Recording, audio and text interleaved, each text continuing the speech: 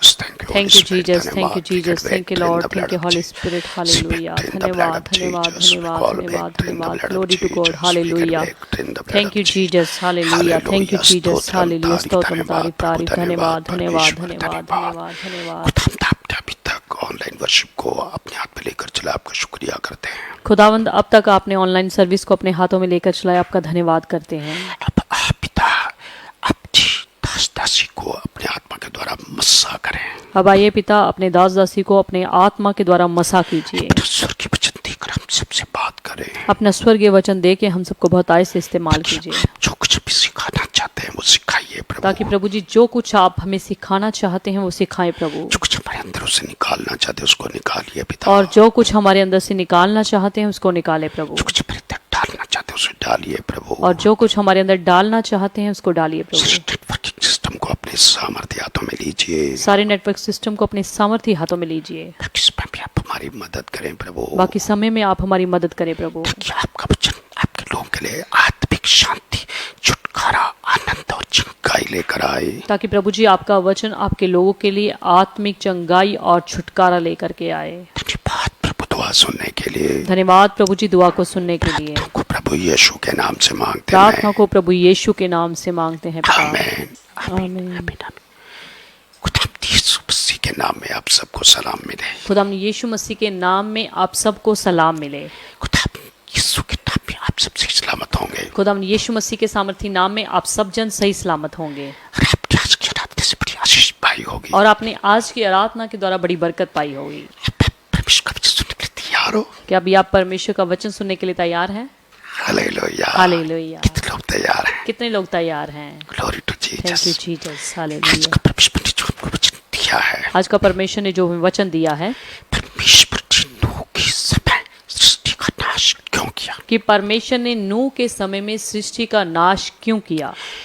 नूह के समय का मतलब उत्पत्ति के चैप्टर में जो नूह का जिक्र दिया गया है। नूह के समय का मतलब कि उत्पत्ति के चैप्टर में, उत्पत्ति की किताब में जो नूह का जिक्र दिया गया है, परमेश्वर ने उस वक्त पूरी सृष्टि का नाश कर दिया था। परमेश्वर ने उस समय में सारी की सारी सृष्टि का नाश कर दिया था। परमेश्वर ने अपनी बनाई की सृष्टि को खुद ही जल प्रलय से नाश कर दिया था। परमेश्वर ने अपनी बनाई गई सृष्टि का खुद ही जल प्रलय के द्वारा नाश कर दिया था। ये बड़ी गंभीर सी घटना है। ये बड़ी गंभीर सी घटना है। कोई अपनी खुद की रची की चीज को आप भी नाश कर दे। कि कोई अपनी रची की खुद की चीज को ही उसका नाश कर दे। हाँ, परमेश्वर ऐसा कर सकता है। हाँ, परमेश्वर ऐसा कर सकता क्योंकि है, परमेश्वर दुनिया का मालिक है। क्योंकि परमेश्वर दुनिया का मालिक है। परमेश्वर ने दुनिया को रचा है। परमेश्वर ने दुनिया को रचा है। वो पूरी दुनिया में कभी भी और कुछ भी कर सकता है। वो पूरी दुनिया में कभी भी और कुछ भी कर सकता है। जब परमेश्वर को अपनी बनाई की सृष्टि को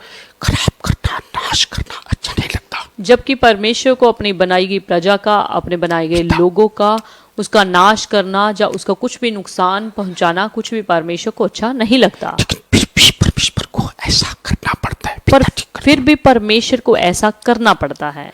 हालेलुया। हालेलुया। परमेश्वर को इस पृथ्वी पर इंसान को रखने में कोई प्रॉब्लम थोड़ी है। परमेश्वर को इस संसार में लोगों को रखने में कोई भी दिक्कत, कोई भी परेशानी नहीं है। लेकिन प्रॉब्लम तो तब आती है, पर दिक्कत तो तब आती है जब परमेश्वर का रचा गया इंसान, जब परमेश्वर का रचा गया इंसान जमीन पर उसे बोझ लगने लग जाता है। जमीन पर उसको बोझ लगने लग जाता है। परमेश्वर को ऐसा लगता है इसको मैंने रचा किस लिए? परमेश्वर को ऐसा लगता है कि मैंने इसको रचा किस लिए मैंने है। इसको जिस मकसद के लिए रचा था, मैंने इसको जिस मकसद के लिए रचा था, ये उस मकसद को तो पूरा कर नहीं रहा। ये उस मकसद को तो पूरा कर नहीं रहा। ये परमेश्वर सोचता है मेरे वचन के खिलाफ चल रहा तो है। परमेश्वर सोचता है कि ये इंसान, ये बंदा मेरे वचन के खिलाफ चल रहा है, जीवन जी रहा है, पाप में जीवन जी रहा है। तब परमेश्वर को वो इंसान, वो समाज पृथ्वी पर बोझ लगने लग जाता है। तब परमेश्वर को वो इंसान, वो बंदा जो है समाज में इस पृथ्वी पर बोझ लगने लग जाता है। छोटी बात है। और ये नेचुरली बात है। आपके घर भी मान लीजिए आपने कोई मजदूर, कोई मिस्त्री लगाया। आपने अपने घर में मान लीजिए कोई मजदूर, कोई मिस्त्री लगाया। आपने किसी काम करने के लिए लगाया आपने किसी काम को करने के लिए लगाया और वो काम ठीक नहीं करता। और वो काम ठीक नहीं करता। आप कहते हैं वो नहीं करता। जो कुछ आप उसको कहते हैं वो उस तरीके से नहीं करता। आपका दिल उससे खुश होगा? क्या आपका दिल उससे खुश होगा? बिल्कुल भी नहीं। बिल्कुल भी नहीं। उसी प्रकार परमेश्वर भी यही सोचता है। उसी तरह परमेश्वर भी यही सोचता है। इस पृथ्वी को मैंने रचा अपनी महिमा के लिए, कि इस पृथ्वी को सिरजा मैंने अपनी महिमा के लिए, इंसान को सृजा मैंने अपनी महिमा के लिए, इंसान को सिरजा मैंने अपनी महिमा के लिए, लेकिन इसको पृथ्वी पर रखने का मुझे क्या फायदा? पर इसको पृथ्वी पर रखने का मेरे को फायदा क्या है? अभी एग्जाम्पल और देता हूँ। मैं आपको एक उदाहरण और देता ये हूँ। कुम्हार की घड़ी को बड़ा प्यार से, बड़ी मेहनत से बनाता है। एक कुम्हार एक घड़े को जो है बड़े प्यार से, बड़ी मेहनत से बनाता है। फिर बाद में अगर वो उसी तोड़कर उसको चूर चूर कर दे, फिर बाद में अगर वही उसको तोड़ करके चूर चूर कर दे, कैसा लगेगा? कैसा लगेगा? देखने वाले को अजीब सा लगेगा। हर एक देखने वाले को अजीब सा लगेगा देखो इस कुम्हार भाई ने घड़ी को कितनी मेहनत से, कितना लगन से तैयार किया। कि देखिए इस कुम्हार भाई ने इस घड़े को कितनी मेहनत से, कितनी श्रद्धा से जो है तैयार किया, लेकिन इसने क्यों तोड़ दिया? पर पता नहीं। इसने इसको क्यों तोड़ दिया? अगर उस कुम्हार से कोई पूछेगा अगर उस कुम्हार से कोई पूछेगा तो शायद वो ही जवाब देगा तो शायद वो एक ही जवाब देगा कि मैंने इसको जिस मकसद के लिए बनाया था, कि मैंने इसको जिस मकसद के लिए बनाया था, ये उस मकसद को पूरा नहीं कर रहा। ये उस मकसद को पूरा नहीं कर रहा, ये मुझे ठीक नहीं लग रहा। यानी कि ये मुझे ठीक नहीं लग रहा। इसको देखकर शांति नहीं मिलती, मेरे मन को इसको देख करके शांति नहीं मिल मैंने रही, इसको तोड़ दिया। इसलिए मैंने इसको तोड़ दिया। ये मेरी मर्जी है, वो कहेगा मेरी मर्जी है, ये मेरी मर्जी है, ये मेरी मर्जी है मैंने इसको बनाया था, कि मैंने इसको बनाया था इसको तोड़ दिया। और मैंने इसको तोड़ दिया। उसी प्रकार से परमेश्वर ने इस सृष्टि को रचा है। उसी तरह से परमेश्वर ने इस सृष्टि को रचा है। जिस मकसद के लिए परमेश्वर ने इस सृष्टि को रचा है, जिस मकसद के लिए परमेश्वर ने इस सृष्टि को रचा है, इंसान को रचा है। इंसान को रचा है। अगर इंसान परमेश्वर के उस मकसद को पूरा नहीं करता अगर इंसान परमेश्वर के उस मकसद को पूरा नहीं करता तो परमेश्वर को कैसा लगेगा? तो परमेश्वर को कैसा लगेगा? परमेश्वर को भी अच्छा नहीं लगेगा। परमेश्वर को बढ़िया नहीं लगेगा। परमेश्वर को भी वही इंसान, ये धरती, ये सब कुछ चीजें व्यर्थ लगने लगेंगी। परमेश्वर को यहाँ बनाई गई सारी दुनिया, ये धरती जो है सारी कुछ व्यर्थ लगने लग जाएगी। देखो उत्पत्ति चैप्टर पहले अध्याय में लिखा है, अभी एक चीज देखिए कि उत्पत्ति पहले चैप्टर में ऐसा लिखा हुआ है, परमेश्वर ने इस पूरी सृष्टि की रचना 6 दिन में की थी। परमेश्वर ने इस पूरी सृष्टि की रचना जो है 6 दिन में की और थी 7वें दिन विश्राम किया। और 7वें दिन परमेश्वर ने विश्राम किया था। बाइबल में लिखा है उत्पत्ति पहले अध्याय भी परमेश्वर सृष्टि की रचना बड़ी प्यार से की थी। बाइबल में लिखा है कि उत्पत्ति पहले अध्याय में कि परमेश्वर ने इस सृष्टि की रचना जो है बहुत ही प्रेम से की थी और मनुष्य की रचना भी बड़ी प्यार से की थी। और मनुष्य की रचना भी बहुत ही प्रेम के साथ की थी। उत्पत्ति पहला अध्याय उसकी 27 आयत को पढ़े, जब हम उत्पत्ति पहला अध्याय उसकी 27 और 28 आयत में देखते हैं, बिल्कुल नहीं रचना, बिल्कुल नहीं लगता कि परमेश्वर उसको नाश करने के लिए सो चाहता। इस आयत को हम पढ़ेंगे तो इसमें बिल्कुल भी ऐसा नहीं लगता कि परमेश्वर ने इस सृष्टि को, इस इंसान को जो है प्रेम से नहीं बनाया, परमेश्वर ने इंसान को नाश करने के लिए रचा। यानी कि परमेश्वर ने इंसान को नाश करने के लिए बनाया। उस वचन की पढ़ने से बिल्कुल नहीं लगता। उस वचन को पढ़ने से बिल्कुल नहीं लगता। पढ़िए उत्पत्ति 1:27। पढ़िए उत्पत्ति की किताब 1 अध्याय उसकी 27 और 28 आयत। तब परमेश्वर ने मनुष्य को अपने स्वरूप के अनुसार उत्पन्न किया, अपने ही स्वरूप के अनुसार परमेश्वर ने उनको उत्पन्न किया, नर और नारी करके उसने मनुष्यों की सृष्टि की। और परमेश्वर ने उनको आशीष दी और उनसे कहा, फूलो फलो और पृथ्वी में भर जाओ। परमेश्वर ने मनुष्य को अपनी शक्ल स्वरूप में रचा था लिखा है कि परमेश्वर ने इंसान को अपनी शक्ल सूरत में रचा था और उनको आशीष दी थी, और उनको आशीष दी थी, उनको अदन के भाग में रखा था, उनको अदन के बाग में रखा उनको था, कहा था फूलो फूलो और पृथ्वी में भर जाओ उनको कहा था फूलो फलो और पृथ्वी में भर जाओ और इसको अपने वश में कर लो। और इसको अपने वश में कर लो। ये नहीं कहा था पहले फूलो फूलो फिर मैं तुम्हारा नाश कर दूंगा। ये नहीं कहा था कि पहले फूलो फलो फिर उसके बाद तुम्हारा मैं नाश कर ये दूंगा। परमेश्वर ने उस वक्त जो इंसान रची थी वो इसलिए नहीं रची थी कि नाश हो जाए। यानी कि परमेश्वर ने उस समय जो इंसान रचे थे इसलिए नहीं रचे थे कि उनका मैं नाश कर दूंगा। उनको कहा था फूलो फूलो पृथ्वी में भर जाओ। उनको कहा था फूलो फलो और पृथ्वी पर भर जाओ। ये तो लिखा नहीं कि नाश करने के लिए ये तो लिखा ही नहीं कि नाश करने के लिए बनाया। अभी एक चीज और देखो उत्पत्ति जब पहला चैप्टर उसकी 31 आयत में पढ़े, अब एक चीज देखिए उत्पत्ति पहला अध्याय जब 31 आयत में देखें, देखो परमेश्वर ने जब सारी सृष्टि को रच दिया, देखो परमेश्वर ने जब सारी सृष्टि को रच दिया, इंसान को भी रच दिया, इंसान को भी रच दिया, देखो क्या कहा था, देखिए क्या कहा था। पढ़िए। तब परमेश्वर ने जो कुछ बनाया था सबको देखा तो क्या देखा जी। कि वे बहुत ही अच्छा है। देखिए परमेश्वर ने जब 6 दिन में सब कुछ बनाया था, देखिए परमेश्वर ने जब सब कुछ 6 दिन में बनाया था, परमेश्वर ने क्या देखा? परमेश्वर ने क्या देखा? सब चीजों को देखा, सब चीजों को देखा, सृष्टि को देखा, सृष्टि को देखा, इंसान को देखा, इंसान को देखा क्या कहा? और क्या कहा बहुत ही अच्छा। कि बहुत ही अच्छा है। क्या कहा? क्या कहा? बहुत ही अच्छा। बहुत ही अच्छा है। अब देखो परमेश्वर जिसको रच के कहता है ये बहुत ही अच्छा है, देखिए परमेश्वर जिसको रच के कहता है कि ये बहुत ही अच्छा है, फिर जब आप उत्पत्ति की चिट्ठी थी उसके 6 और 7 आयत में कहते हैं फिर जब हम उत्पत्ति 6 अध्याय उसकी 6 और 7 में पढ़ते हैं, उसमें परमेश्वर सृष्टि को बना के पछताता है। उसमें लिखा है कि परमेश्वर इस सृष्टि को बना के पछताता है। ये तो बड़ी अजीब ये तो बात बड़ी है। अजीब सी बात है। बड़ी और यहोवा पृथ्वी पर मनुष्य को बनाने से पछताया और वह मन में अति खेदित हुआ। तब यहोवा ने सोचा कि मैं मनुष्य को जिसकी मैंने सृष्टि की है पृथ्वी के ऊपर से मिटा दूंगा। क्या मनुष्य, क्या पशु, क्या रेंगने वाले जंतु, क्या आकाश के पक्षी, सबको मिटा दूंगा, क्योंकि मैं उनका बनाने से पछताता हूँ। देखिए, जिस परमेश्वर की सब चीजों को अच्छा कहा था बहुत अच्छा है। देखिए, जिस परमेश्वर ने सारी सृष्टि को बनाया और ये कहा कि ये बहुत ही अच्छा है। अब यहाँ इस चैप्टर में क्या कह रहा है अब परमेश्वर? यहाँ इस चैप्टर में क्या कह रहा है परमेश्वर? मनुष्य को जिसकी मैंने सृष्टि की है कि मैं मनुष्यों को जिसकी मैंने सृष्टि की है पृथ्वी के ऊपर से मिटा दूंगा। पृथ्वी के ऊपर से मिटा दूंगा। क्या मनुष्य है, क्या पशु, क्या जीव जंतु, जानवर, क्या मनुष्य, क्या पशु, क्या रेंगने वाले जीव जंतु, जानवर, सबको नाश कर दूंगा। सबका मैं नाश कर दूंगा। ये तो बड़ी हैरानी की ये बात तो बड़ी हैरानी वाली बात है। पहले चैप्टर में कह रहा है परमेश्वर बहुत अच्छा है। पहले चैप्टर में परमेश्वर कह रहा है कि बहुत ही अच्छा है, छठी चैप्टर में क्या कह रहा है? और छठे चैप्टर में क्या कह रहा है? मैं मनुष्य का नाश कर दूंगा। कि मैं मनुष्य का नाश कर दूंगा। जरूर कोई ना कोई गंभीर कारण तो रहा जरूर होगा। कोई ना कोई गंभीर कारण रहा होगा। कारण तो रहा होगा। कारण तो रहा होगा। देखिए, पहले परमेश्वर बड़ी प्रेम से 6 दिन में सृष्टि को बनाता है। देखिए, पहले बड़े प्रेम के साथ परमेश्वर 6 दिन में सृष्टि को बनाता है। मनुष्य को अपने स्वरूप में बनाता है। मनुष्य को अपने स्वरूप में बनाता मनुष्य को है। कितना प्रेम करता है। मनुष्य को कितना प्रेम करता है। अपनी शकल स्वरूप में बनाता है। अपनी शक्ल सूरत में बनाता है। सब कुछ बात भी करता है, सब कुछ बहुत अच्छा। और ये बना के सब कुछ कहता है कि बहुत ही अच्छा है। और फिर उसी सृष्टि को उसी सब मनुष्य को बनाने से पछताता है। फिर परमेश्वर उसी सृष्टि को बना के जिसके लिए अच्छा कहता है उसको ही बना के पछताता है। कोई ना कोई गंभीर कारण तो रहा होगा। कोई ना कोई गंभीर कारण तो रहा होगा। अभी तो जाके सृष्टि का नाश किया। तभी तो जाके सृष्टि का नाश किया। मैं जब पिछले सप्ताह प्रार्थना कर रहा मैं जब पिछले सप्ताह प्रार्थना कर रहा था, पूरे देश दुनिया के लिए प्रार्थना कर रहा मैं पूरे देश दुनिया के लिए प्रार्थना कर रहा था जी, सृष्टि में हजारों लोग डेली मारे जा रहे हैं। कि प्रभु जी सृष्टि में हजारों लोग रोज मारे जा रहे हैं। लाखों लोग संक्रमित हो रहे हैं। लाखों लोग जो है इससे संक्रमित हो रहे हैं। जी, क्या आपने सृष्टि को इसलिए रचा था क्या परमेश्वर अपने सृष्टि को इसलिए रचा था कि बोलो बड़े हो जाओ फिर मैं तुम्हें मार दूंगा? कि फूलो फूलो बड़े हो जाओ फिर उसके बाद मैं तुम्हें मार दूंगा? मैंने इस उत्पत्ति के चैप्टर को पढ़ा, परमेश्वर ने मुझे याद दिलाया फिर इस उत्पत्ति को चैप्टर को मैंने पढ़ा तो परमेश्वर ने मुझे याद दिलाया कि मैंने पहली सृष्टि का नाश क्यों किया था। पढ़ ले। कि मैंने पहली सृष्टि का नाश क्यों किया था, इसको पढ़ ले। फिर मैंने इन चैप्टर को बड़े ध्यान से पढ़ा। फिर मैंने इस चैप्टर को बड़े ध्यान से पढ़ा, मैंने इसको पहले भी पढ़ रखा। जबकि पहले भी पढ़ रखा था। मैंने परमेश्वर ने जब मुझे उस सवाल का जवाब दिया, सो मेरे सवाल का परमेश्वर ने इसमें से जवाब दिया। मैंने फिर उत्पत्ति के पहले चैप्टर से लेकर 7-8-10 चैप्टर तक पढ़े। फिर उत्पत्ति के पहले चैप्टर से लेकर मैंने 7-8 चैप्टर को पढ़ा। उसमें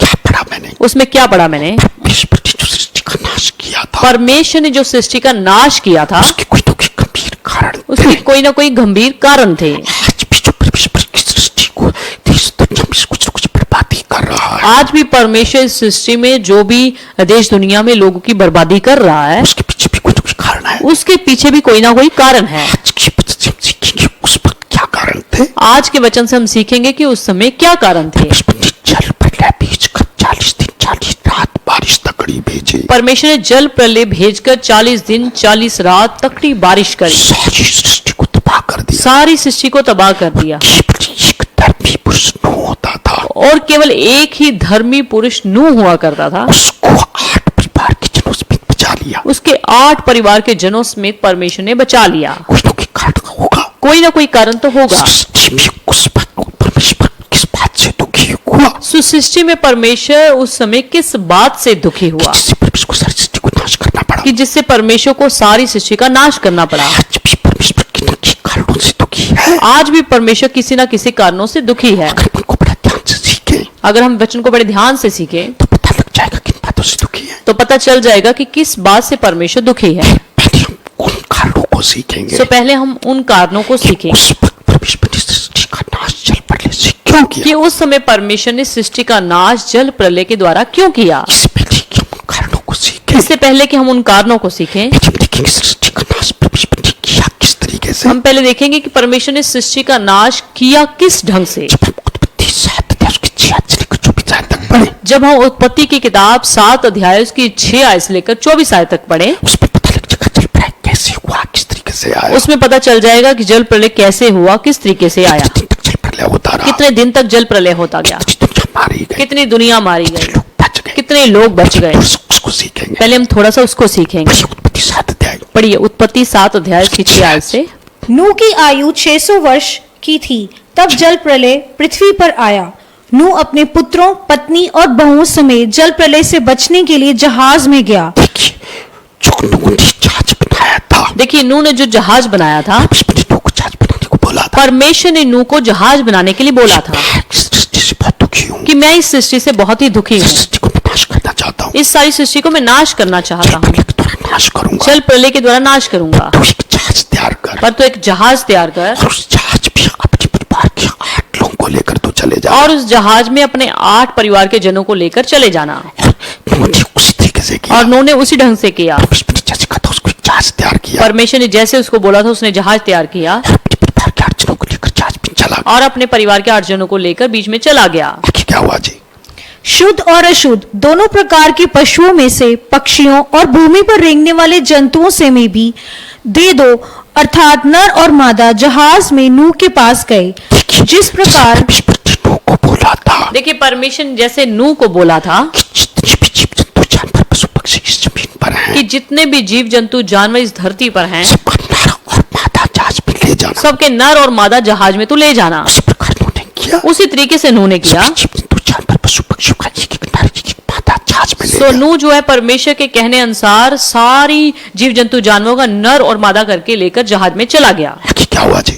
7 दिन के उपरांत प्रलय का जल पृथ्वी पर आने लगा। जब नूह सब चीजों को लेकर जहाज में चला गया, जब नूह सारी जीव जंतु जानवरों को लेकर के जहाज में चला गया, देखिए परमेश्वर ने फिर भी 7 दिन दुनिया को दिए देखिए परमेश्वर ने फिर भी उनको 7 दिन दिए कि 7 दिन में लोग पश्चाताप कर ले, तौबा कर ले। कि 7 दिन में लोग तौबा कर ले, पश्चाताप कर ले। 7 दिन के बाद परमेश्वर ने जल प्रलय किया। 7 दिन के बाद परमेश्वर ने जल प्रलय किया। आगे जब नूह की आयु के 600 वर्ष के दूसरे महीने का 17वां दिन आया, उसी दिन बड़े गहरे समुद्र के सब सोते फूट निकले और आकाश के झरोखे खुल गए, और वर्षा 40 दिन और 40 रात निरंतर पृथ्वी पर होती रही। वक्त जल प्रलय 40 दिन और 40 रात तक होता रहा, उस समय जो जल प्रलय था 40 दिन और 40 रात तक होता रहा, लगातार होते रहे। लगातार होती रही। सोचो 40 दिन 40 रात तक लगातार बारिश हो, सोचिए लगातार 40 दिन और 40 रात लगातार बारिश हो, सारे समुद्र के सोते फूट निकले। सारे समुद्र के सोते जो है फूट निकले, इस पृथ्वी का क्या हुआ तो होगा? इस पृथ्वी का क्या हुआ होगा? आगे बढ़िए। ठीक उसी दिन नूह अपने पुत्र शेम, हाम, येपेत और अपनी पत्नी और तीनों बहुओं समेत और उनके संग एक एक जाति के सब बनेले पशु और एक एक जाति के सब घरेलू पशु और एक एक जाति के सब पृथ्वी पर रेंगने वाले जंतु और एक एक जाति के सब उड़ने वाले पक्षी जहाज में गए। जितने प्राणियों में जीवन का प्राण था, उनकी सब जातियों से 2-2 नूह के पास जहाज में गए, और जो गए वे परमेश्वर की आज्ञा के अनुसार सब जाति के प्राणियों में से नर और मादा गए। तब यहोवा ने जहाज का द्वार बंद कर दिया। एक चीज देखिए, एक चीज देखिए, नूह के परिवार के 8 लोग भी चले गए, जब नूह के परिवार के 8 जने भी चले सभी गए, जीव जंतु जानवर एक एक नर एक एक मादा चले गए। सभी जीव जंतु जानवर नर और मादा करके चले गए। तब लिखा यहोवा ने जहाज का दरवाजा बंद कर दिया। तब लिखा है कि यहोवा ने जहाज का दरवाजा जो है बंद कर दिया। ये दरवाजा किसने बंद किया? देखिए दरवाजा किसने बंद किया? यहोवा ने। यहोवा ने। यहोवा ने खुद दरवाजा बंद किया। यहोवा ने खुद दरवाजा बंद किया। देखो परमेश्वर को सारे काम को अपने हाथ में लेकर पूरा कर रहा है। देखिए परमेश्वर ने उस सारे काम को अपने हाथों में लेकर पूरा करना था। आगे बढ़िए। पृथ्वी पर 40 दिन तक जल प्रलय होता रहा और पानी बहुत बढ़ता ही गया, जिससे जहाज ऊपर को उठने लगा और वे पृथ्वी से ऊंचा उठ गया। जल बढ़ते बढ़ते पृथ्वी पर बहुत ही बढ़ गया और जहाज जल के ऊपर तैरता रहा। जल पृथ्वी पर अत्यंत बढ़ गया, यहाँ तक कि सारी धरती पर जितने बड़े बड़े पहाड़ थे सब डूब गए। इतना जल पृथ्वी पर बढ़ गया, इतना जो है पानी जल जो है पृथ्वी पर भर गया सारी पृथ्वी पे पहाड़ जो ऊंचे ऊंचे थे सब डूब गए। कि सारी पृथ्वी पे जो पहाड़ थे ऊंचे ऊंचे सारे डूब गए। आगे क्या हुआ? जल 15 हाथ और ऊपर बढ़ गया और पहाड़ भी डूब गए। 15 हाथ ऊपर तक बढ़ गया। 15 हाथ ऊपर तक जल जो है भर गया। 15 हाथ ऊपर तक पानी बढ़े। सोचिए 15 हाथ ऊपर तक ये भर गया। क्या हुआ होगा? क्या हुआ होगा? और क्या पक्षी, क्या घरेलू पशु, क्या बनेले पशु, पृथ्वी पर सब चलने वाले प्राणी और जितने जंतु पृथ्वी में बहुतायत से भर गए थे, वे सब और सब मनुष्य मर गए। सारे जीव जंतु, सारे प्राणी, सारे इंसान मर गए। सारे जीव जंतु, सारे प्राणी जो है तो मर गए।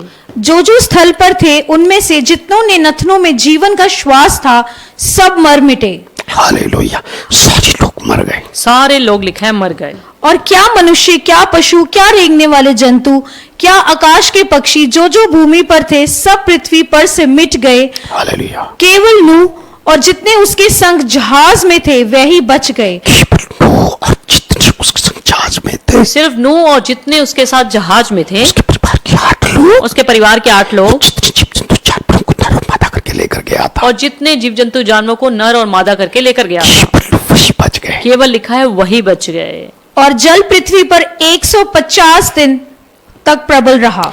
जल पृथ्वी पर 150 दिन तक प्रबल रहा। जल लिखा है कि पृथ्वी पर 150 दिन तक प्रबल रहा। बारिश तो खूब होती रही 40 दिन 40 रात, यानी कि बारिश तो खूब होती रही 40 दिन और 40 रात तक। पृथ्वी पर पानी खड़ा रहा, पहाड़ों पर पानी खड़ा रहा, वो 150 दिन तक खड़ा रहा। पर जो पानी जो है पृथ्वी पर खड़ा रहा वो 150 दिनों तक खड़ा रहा। जल प्रलय का दृष्टांत, ये हो गया जल प्रलय का इस दृष्टांत। तरीके से जल प्रलय उस वक्त हुआ। इस तरीके से जल प्रलय हो जाओ उस दिन हुआ। जी, अब हम अगला पॉइंट से कर तो आइए हम अगला पॉइंट सीख करके चलेंगे। जल प्रलय से पहले सृष्टि का नाश क्यों किया? परमेश्वर ने जल प्रलय से पहले सृष्टि का नाश क्यों ये किया? सारी सृष्टि का नाश 40 दिन 40 रात बारिश होती रही। ये सारा जो है बारिश जो है 40 दिन और 40 रात तक होती रही। इस तरीके से सृष्टि का नाश क्यों किया? सो इस तरीके से परमेश्वर ने सारी सृष्टि का नाश क्यों किया? अब हम ये सीख कर चलेंगे। अभी हम ये सीख करके चलेंगे। जरूर आप सबके मन में प्रश्न होगा, जरूर आप सबों के मन में ये प्रश्न होगा परमेश्वर ने ऐसा किया तो कि किया क्यों? परमेश्वर ने ऐसा किया तो क्यों किया? परमेश्वर ने सृष्टि का नाश क्यों कर दिया? परमेश्वर ने सारी सृष्टि का नाश क्यों कर दिया? सो देखो, एक चीज और जैसे देखिए, उस वक्त नूह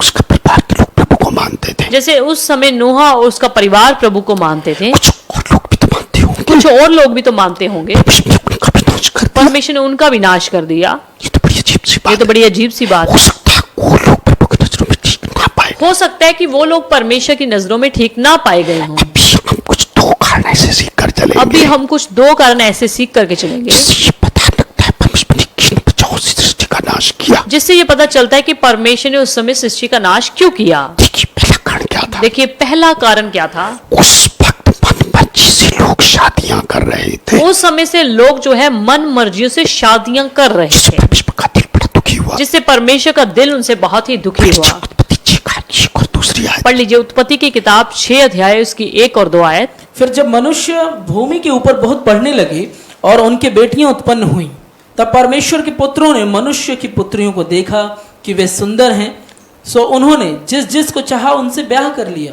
बस जब मनुष्य पृथ्वी पर बहुत बढ़ने लग गए, जब इंसान मनुष्य जो है पृथ्वी पर बहुत ही बढ़ने लग गए, उनके घर बेटियां उत्पन्न होने लगी। उनके घर बेटियां उत्पन्न होने लगी। लेकिन परमेश्वर की पुत्रों ने मनुष्य की पुत्रियों को देखा लिखा है कि परमेश्वर के पुत्रों ने मनुष्य की पुत्रियों को देखा। कि वो लड़कियां बहुत सुंदर वो हैं। लड़कियां बहुत खूबसूरत हैं। उन्होंने जिस जिसको चाहा उससे ब्याह कर लिया। उन्होंने जिस जिसको चाहा उनसे ब्याह कर लिया। अभी लोग हमसे बीच में पूछते हैं कि परमेश्वर के पुत्र किनको कहा गया है? सो काफी लोग पूछते हैं कि ये परमेश्वर के पुत्र किनको कहा गया है? मनुष्य की पुत्री किसको कहा गया है? मनुष्य की पुत्रिया किसको कहा गया है? देखो कई जगह बाइबल में परमेश्वर के पुत्र स्वर्गदूतों को कहा गया है। देखिए कहीं जगह पर मनुष्य परमेश्वर के पुत्र जो है स्वर्गदूतों को कहा गया जैसे है, कि अय्यूब के चैप्टर में लिखा हुआ है। जैसे अय्यूब के चैप्टर में भी लिखा हुआ है। यहाँ पर अपने के चैप्टर में कौन लिखा है? स्वर्गदूत तो शादियां कराते नहीं। तो एक जगह पर लिखा है कि स्वर्गदूत तो शादियां कराते नहीं। तो यहाँ पर परमेश्वर के पुत्र कौन तो हुए? यहाँ पर परमेश्वर के पुत्र कौन हुए? परमेश्वर के पुत्र उस वक्त के धर्मी लोग हैं। परमेश्वर के पुत्र उस समय के धर्मी लोग हैं। जो उस वक्त धर्मी लोग प्रभु के कहलाते थे, उस समय जो धर्मी लोग परमेश्वर के कहलाते थे उनको परमेश्वर के पुत्र कहा गया था। उनको परमेश्वर के पुत्र कहा गया था। मनुष्य की पुत्रियां किनको कहा तो गया? मनुष्य की पुत्रियों को इनसे कहा गया जो लोग प्रभु से दूर के लोग थे, जो लोग प्रभु के दूर से लोग थे, यानी अविश्वासी लोग। यानी कि अविश्वासी लोग थे। देखिए धर्मी लोगों ने अधर्मी लोगों की लड़कियों की तरफ देखना शुरू कर दिया। कि धर्मी लोगों ने अधर्मी की लड़कियों की तरफ देखना शुरू कर दिया। उस वक्त धर्मी लोग जो कहलाते थे वो भी इतने भ्रष्ट हो गए थे, यानी कि जो उस समय धर्मी लोग कहलाते थे वो भी इतने भ्रष्ट हो चुके थे। नजरों में इतना पाप समा गया था। उनकी नजरों में इतना पाप समा गया था। धर्मियों ने अधर्मियों के बीच में जाकर विवाह करने शुरू यानी कर कि धर्मियों ने अधर्मियों के बीच में जाकर ब्याह रचाना शुरू कर दिया। विश्वासियों ने अविश्वासियों के साथ विवाह करना शुरू कर दिया। यानी कि विश्वासियों ने अविश्वासियों के साथ शादी रचाना शुरू कर दिया था। देखिए कितना लोगों का चरित्र गंदा हो गया। देखिए कितना लोगों का चरित्र जो है खराब हो गया था। परमेश्वर की नजरों में बहुत बुरा लगा। ये परमेश्वर की नजरों में बहुत ही बुरा लगता है। याद रखो चरित्र का पाप जिस घर में होता है, याद रखिए करैक्टर की गलती जिस भी परिवार में होती जिस है, भी समाज में होती जिस भी समाज में है, होती जिस है, भी देश में होती जिस भी देश में होती है, परमेश्वर बड़ी कड़वी नजरों से उसको देखता है। परमेश्वर बड़ी कड़वी नजरों से उनको देखता है परमेश्वर उस परिवार को, उस देश को बहुत समझने लग जाता और परमेश्वर उस परिवार को, उस देश को जो है बोझ समझने लग है। जाता है। चरित्र का पाप से परमेश्वर को बहुत नफरत है। चरित्र के पाप से परमेश्वर को बहुत ही नफरत है। जब कोई भी प्रभु को गिराने वाला बंदा अपनी जातियों में, अविश्वासियों में शादी रचाता है, जब कोई भी परमेश्वर को मानने वाला बंदा अन्य जातियों में अविश्वासियों के साथ शादी रचाता है, उनकी नजरें गंदी हो जाती जब है, उनकी नजरें गंदी हो जाती हैं, सोच विचार गंदे हो जाते उनके हैं, सोच विचार गंदे हो जाते हैं, चरित्र गंदा हो उनका जाता है। चरित्र गंदा हो जाता है। परमेश्वर को बहुत गुस्सा आता है। परमेश्वर को इससे बहुत ही क्रोध आता है। आपको बाइबल में से कुछ आयतें ऐसी पढ़ूंगा मैं आपको बाइबल में से कुछ ऐसी आयतें पढ़ाऊंगा जो ये बताती है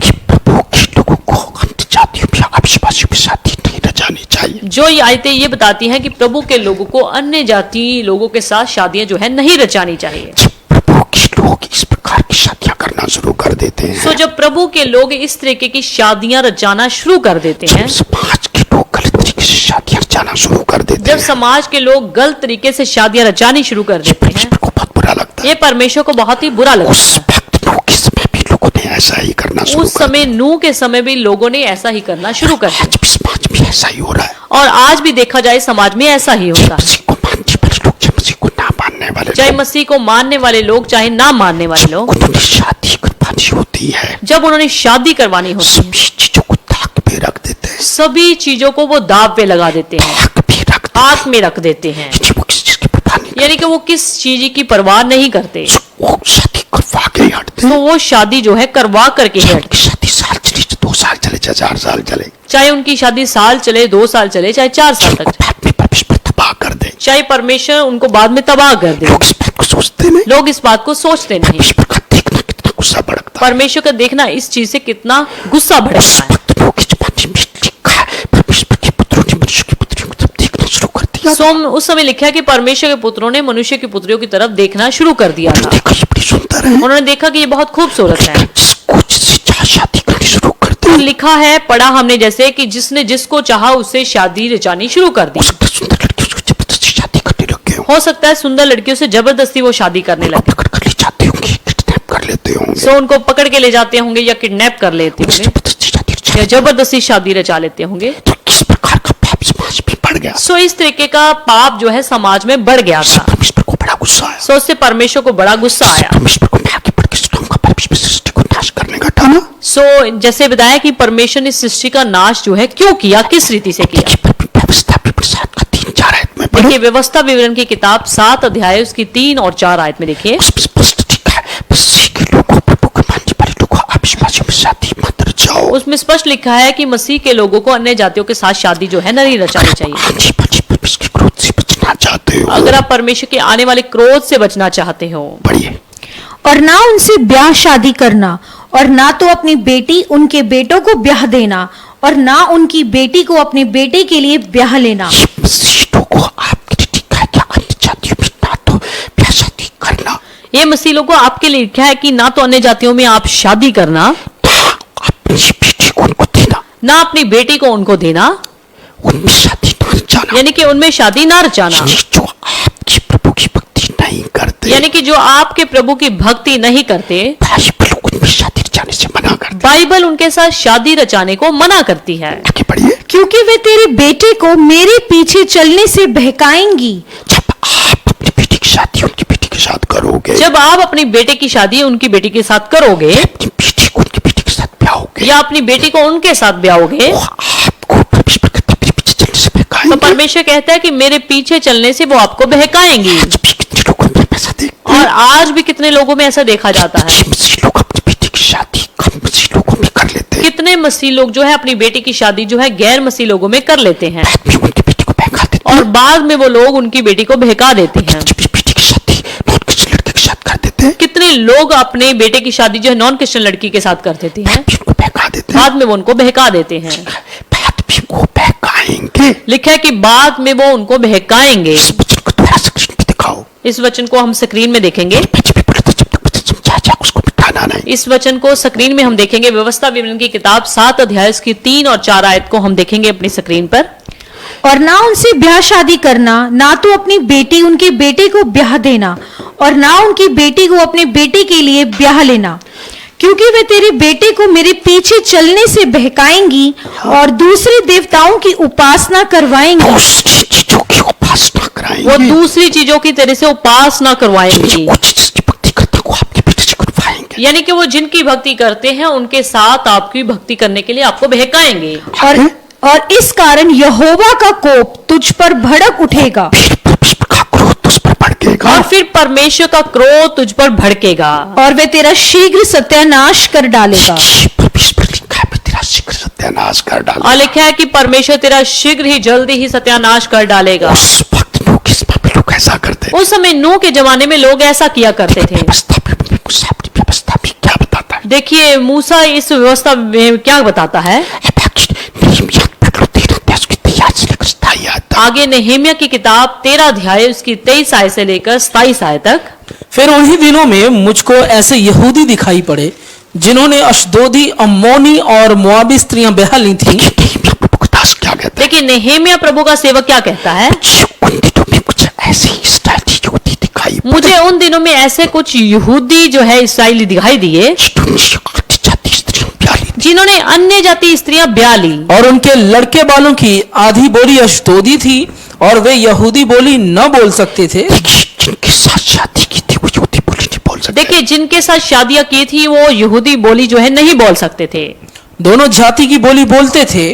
तब मैंने उनको डांटा और कोसा। क्या कहता है? देखिए नेहेमिया क्या कहता है। मुझे पता लगा यहूदी लोगों ने अन्य जाति स्त्रियां ब्याह ली। जब मुझे पता लगा कि यहूदी लोगों ने अन्य जाति स्त्रियां ब्याह ली, उनको डांटा, उनको कोसा। मैंने उनको डांटा और कोसा। खुदा के सेवक को गुस्सा आया। इतना परमेश्वर के सेवक को उनके ऊपर गुस्सा आया। जब खुदा के सेवक को इतना गुस्सा आ सकता है, परमेश्वर को इतना आता है। सोचिए अगर परमेश्वर के सेवक को इतना गुस्सा आ सकता है तो परमेश्वर को कितना आ सकता है। और उनमें से कितनों को पिटवा दिया।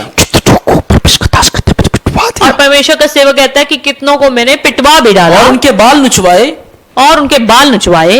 और उनको परमेश्वर की यह शपथ खिलाई कि हम अपनी बेटियां उनके बेटों के साथ ब्याह में ना देंगे। शपथ खिलाई, उनको मैंने शपथ खिलाई अपनी बेटियों को अन्य जातियों को ब्याह में नहीं देंगे। कि अपनी बेटियों को अन्य जातियों के साथ बेटों के साथ ब्याह में नहीं देना। आप लोग अन्य जाति में शादी ये सोच के कर देते ना, बाद में लड़का बदल जाएगा। जो आप ये अन्य जातियों में शादी कर देते हो अपनी लड़की की, बाद में लड़का जो है बदल जाएगा। ऐसा तो नहीं, वो आप ही को तो नहीं बदल देगा। कहीं ऐसा तो ना हो कि वो आप ही को बदल दे। आपका कुछ लड़का बदले ना बदले लेकिन आपको जरूर बदल देगा। आप कोई लड़का बदले चाहे ना बदले पर वो आपको जरूर बदल देगा। परमेश्वर को आपके खिलाफ जरूर कर देगा। परमेश्वर को आपके खिलाफ जरूर कर देगा। और न अपने लिए या अपने बेटों के लिए उनकी बेटियां ब्याह में लेंगे।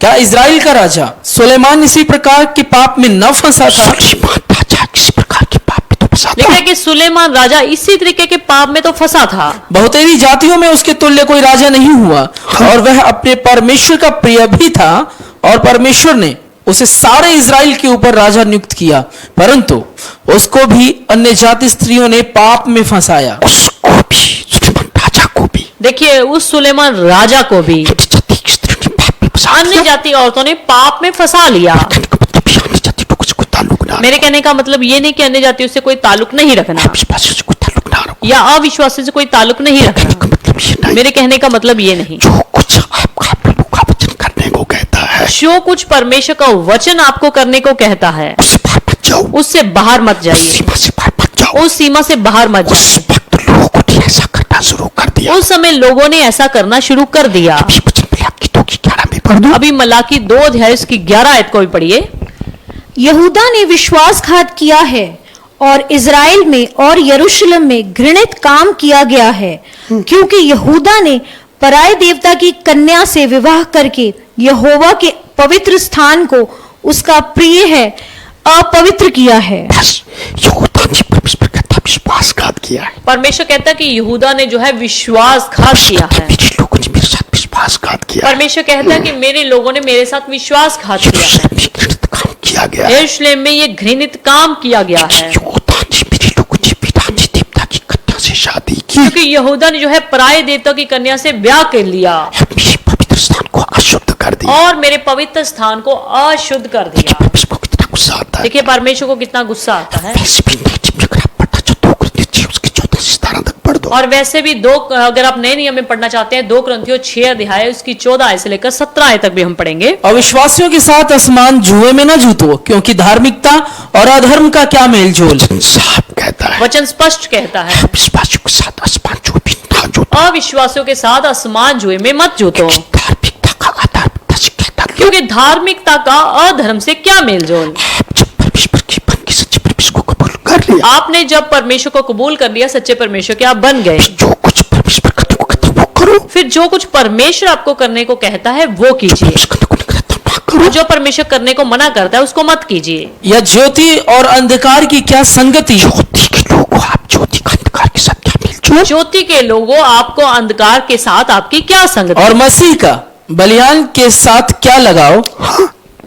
या विश्वासी के साथ अविश्वासी का क्या नाता। विश्वासी के साथ अविश्वासी का क्या नाता। विश्वासी का अविश्वासी के साथ क्या नाता। और मूर्तों के साथ परमेश्वर के मंदिर का क्या संबंध। जिन मूर्तों के साथ तुम शादी कराते जिन हो, मूर्तों के साथ तुम शादी कराते उसका हो परमेश्वर के मंदिर से क्या ताल्लुक। उसका परमेश्वर के मंदिर के साथ क्या ताल्लुक। मैं नहीं बोल रहा, ये वचन बोल रहा है। ये मैं नहीं बोल रहा बल्कि वचन बोल रहा है। क्योंकि हम तो जीवते परमेश्वर का मंदिर हैं, जैसा परमेश्वर ने कहा है कि मैं उनमें बसूंगा और उनमें चला फिरा करूंगा और मैं उनमें उनका परमेश्वर होऊंगा और वे मेरे लोग होंगे। इसलिए प्रभु कहता है कि उनके बीच में से निकलो और अलग रहो और अशुद्ध वस्तु को मत छुओ। मैं तुम्हें बीच में से निकलो, प्रभु का वचन कहता है कि उनमें से निकलो, अलग रहो, अलग रहो, तो मैं तुम्हारे बीच में रहूंगा। तो मैं तुम्हारे बीच में रहूंगा। हालेलुया। हालेलुया। उस वक्त लोग इसमें भी मसीह की भांति बड़े लोगों ने, प्रभु की भांति बड़े लोगों ने दूसरी लड़कियों के साथ देखना शुरू कर दिया। उस समय नूह के समय में उस समय के धर्मी लोगों ने अधर्मी लोगों के लड़कियों को देखना शुरू कर दिया। उनको पसंद करने लगे, उनको वो पसंद करने लगे। नजरें खराब हो उनकी नजरें जो है उनके प्रति खराब जिसने होगी। जो चाहा उस लड़की की शादी करना शुरू और कर दिया। जिसने जिस किसी के लिए चाहा उसके साथ शादी रचानी शुरू कर दी। उनका चेहरा देखते, उनका शरीर देखते, उनकी चमड़ी देखते, सिर्फ उनका शरीर देखते हुए, उनको देखते हुए, उनके चेहरे को देखते हुए, बस और कुछ नहीं देखा कि प्रभु को मानता कि नहीं मानता। बस और कुछ नहीं देखा कि ये प्रभु को मानते हैं या नहीं मानते। आज भी प्रभु के लोग हो सकता है आप जब अन्य जातियों में शादी करते हो, आज भी परमेश्वर के लोगों हो सकता है जब आप अन्य जातियों में शादी करते हो, शादी को कोर्ट मंजूर कर ले, आपकी शादी को कोर्ट मंजूर कर ले। कि कोर्ट तो कहते बस इतने साल का हो जाओ तुम्हारी शादी मंजूर कर ले। क्योंकि कोर्ट तो ये कहती कि बस इतने साल का लड़का हो जाए, इतने साल की लड़की हो जाए, आप शादी कर सकते हो। एक बात याद रख, पर एक बात याद रखिएगा, परमेश्वर उस प्रकार से की गई शादी को कभी मंजूर नहीं करेगा। जीवित परमेश्वर इस तरीके से रचाई गई शादी को कभी भी पसंद नहीं किसी करता, भी कीमत पर मंजूर नहीं करेगा। किसी भी कीमत पे मंजूर नहीं करेगा। आज नहीं तो कल आज नहीं तो कल आपको पछताना पड़ेगा। आपको पछताना पड़ेगा। उस वक्त लोगों ने इस प्रकार का किया देखिए उस समय लोगों ने इस ढंग से किया और उनको पछताना पड़ा। और उनको पछताना पड़ा। पछताना क्या, उनका तो नाश ही कर दिया। पछताना क्या, उनका तो नाश ही हो गया। कि सारी सृष्टि भी इतना खुदा का गुस्सा क्यों। सो सारी सृष्टि के ऊपर परमेश्वर का क्रोध इतना क्यों। कोई भी लीडर, कोई भी नेता, कोई भी ऑफिसर, कोई भी समाज का व्यक्ति उसकी असली गहराई तक नहीं जाता। सो कोई भी लीडर, कोई भी नेता, कोई भी जो जन है उस असली गहराई तक नहीं जाता।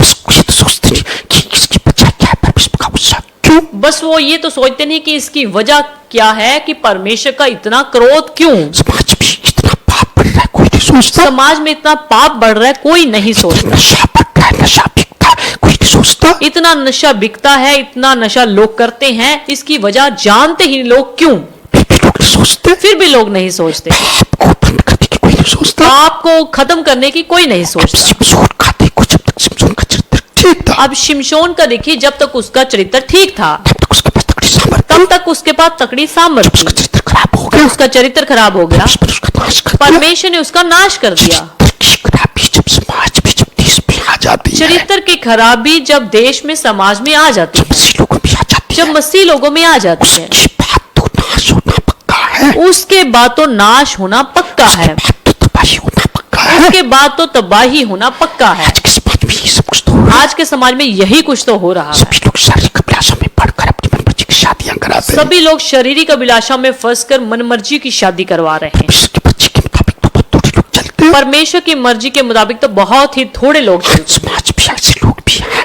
जो परमेश्वर की मर्जी के मुताबिक शादियां रचाते हैं। आज समाज में ऐसे भी बहुत लोग हैं जो परमेश्वर की मर्जी के अनुसार शादियां रचाते हैं, बहुत से लोग मन मर्जी की अभिलाषा से शादियां रचाते पर बहुत सारे लोग शारीरिक अभिलाषा में पढ़कर ही शादी रचाते हैं, उनके घरों में परेशानियां हैं, इसलिए उनके घरों में परेशानी है, समाज में पाप बढ़ गए, इसलिए समाज में जो है पाप बढ़ रहा है, देश के ऊपर समाज के ऊपर खुदा का गुस्सा बढ़ गया। इसलिए देश के ऊपर समाज के ऊपर परमेश्वर का क्रोध भड़क रहा है। लोग ने देखो हम शादियों के मामले में सभी के साथ स्ट्रिक्ट होते हैं अब आपने देखा होगा कि हम शादियों के मामले में सभी के साथ ही बहुत ही सख्ती बरतते हैं और किसी के साथ समझौता नहीं करते, और किसी के साथ इसलिए समझौता नहीं करते, सभी को ठीक रास्ता बताते हैं, ठीक रास्ते पे कुछ चलता है उसको साथ देते हैं, सभी को ठीक रास्ता बताते हैं। अगर कोई ठीक रास्ते पर चलता है तो उसकी मदद करते हैं, उसका साथ देते हैं, उसका साथ देते हैं। ठीक तरीके से चल के शादी नहीं कराता, अगर कोई ठीक ढंग से शादी नहीं करवाता उसको पहले बोलते थे हम आपसे अलग हैं, उसको पहले ही बोल देते हैं कि हम आपसे अलग हैं, इस तरीके से शादियां रचाना परमेश्वर को अच्छा नहीं लगता, क्योंकि इस तरीके से शादियां रचाना परमेश्वर को अच्छा नहीं लगता। परमेश्वर का दिल बहुत दुखी होता है, इससे परमेश्वर का दिल जो है बहुत ही दुखी होता है सारी जिंदगी बर्बाद हो जाती और सारी जिंदगी जो है उससे खराब हो जाती है। लोगों के जीवन घर बर्बाद होते देखे हैं, कितने जीवनों को, कितने घरों को ऐसे बर्बाद होते देखा। लोगों के समय में तभी तो परमेश्वर का क्रोध भड़का। नूह के समय में तभी तो परमेश्वर का क्रोध भड़का देखो मैंने इस प्रजा को रचा किस लिए था, ये कर क्या रही है, कि देखिए मैंने इस प्रजा को बनाया किस लिए था और ये कर क्या रहे हैं। परमेश्वर ने कहा सभी के सभी लोग गलत तरीके से चल रहे हैं, परमेश्वर ने देखा कि सभी के सभी लोग जो है गलत ढंग से चल रहे हैं। पाप से याद रखो परमेश्वर को बहुत घृणा आती है, चरित्र के पाप से याद रखिए परमेश्वर को बहुत ही नफरत आती है। प्रभु के लोगों आपको इससे सीखने को क्या मिलता है, अब प्रभु के लोगों आपको इससे सीखने को क्या मिलता है? परमेश्वर की आंशिक वाली उस क्रोध से बचना चाहते हैं, अगर आप परमेश्वर के आने वाले उस क्रोध से बचना चाहते हैं, परमेश्वर अपनी कलीसिया को उठा कर ले जाएगा, जब प्रभु अपनी कलीसिया को उठा करके लेकर बाकी जाएगा को 7 साल की महाक्लेश काल में छोड़ जाएगा, और बाकियों को 7 साल के महाक्लेश में छोड़ करके चला जाएगा। उस क्रोध से बचना चाहते हैं, अगर उस क्रोध से बचना 7 चाहते हैं, साल की महाक्लेश काल से बचना चाहते 7 हैं, साल के महाक्लेश से बचना चाहते हैं, इस प्रकार के चरित्र के पाप से बचना चाहिए, तो हमें इस तरीके के चरित्र के पाप से बचना चाहिए। खासतौर पे अविश्वासियों के साथ एक सीमा तक संबंध रखो, खास तौर पे अविश्वासियों के साथ एक सीमा तक ही अपना रिलेशन वो रखें, सीमा परमेश्वर के वचन के अंदर अंदर होनी और चाहिए, वो सीमा जो है परमेश्वर के वचन के अंदर अंदर होनी उनसे चाहिए। प्रेम करो, उनका साथ दो,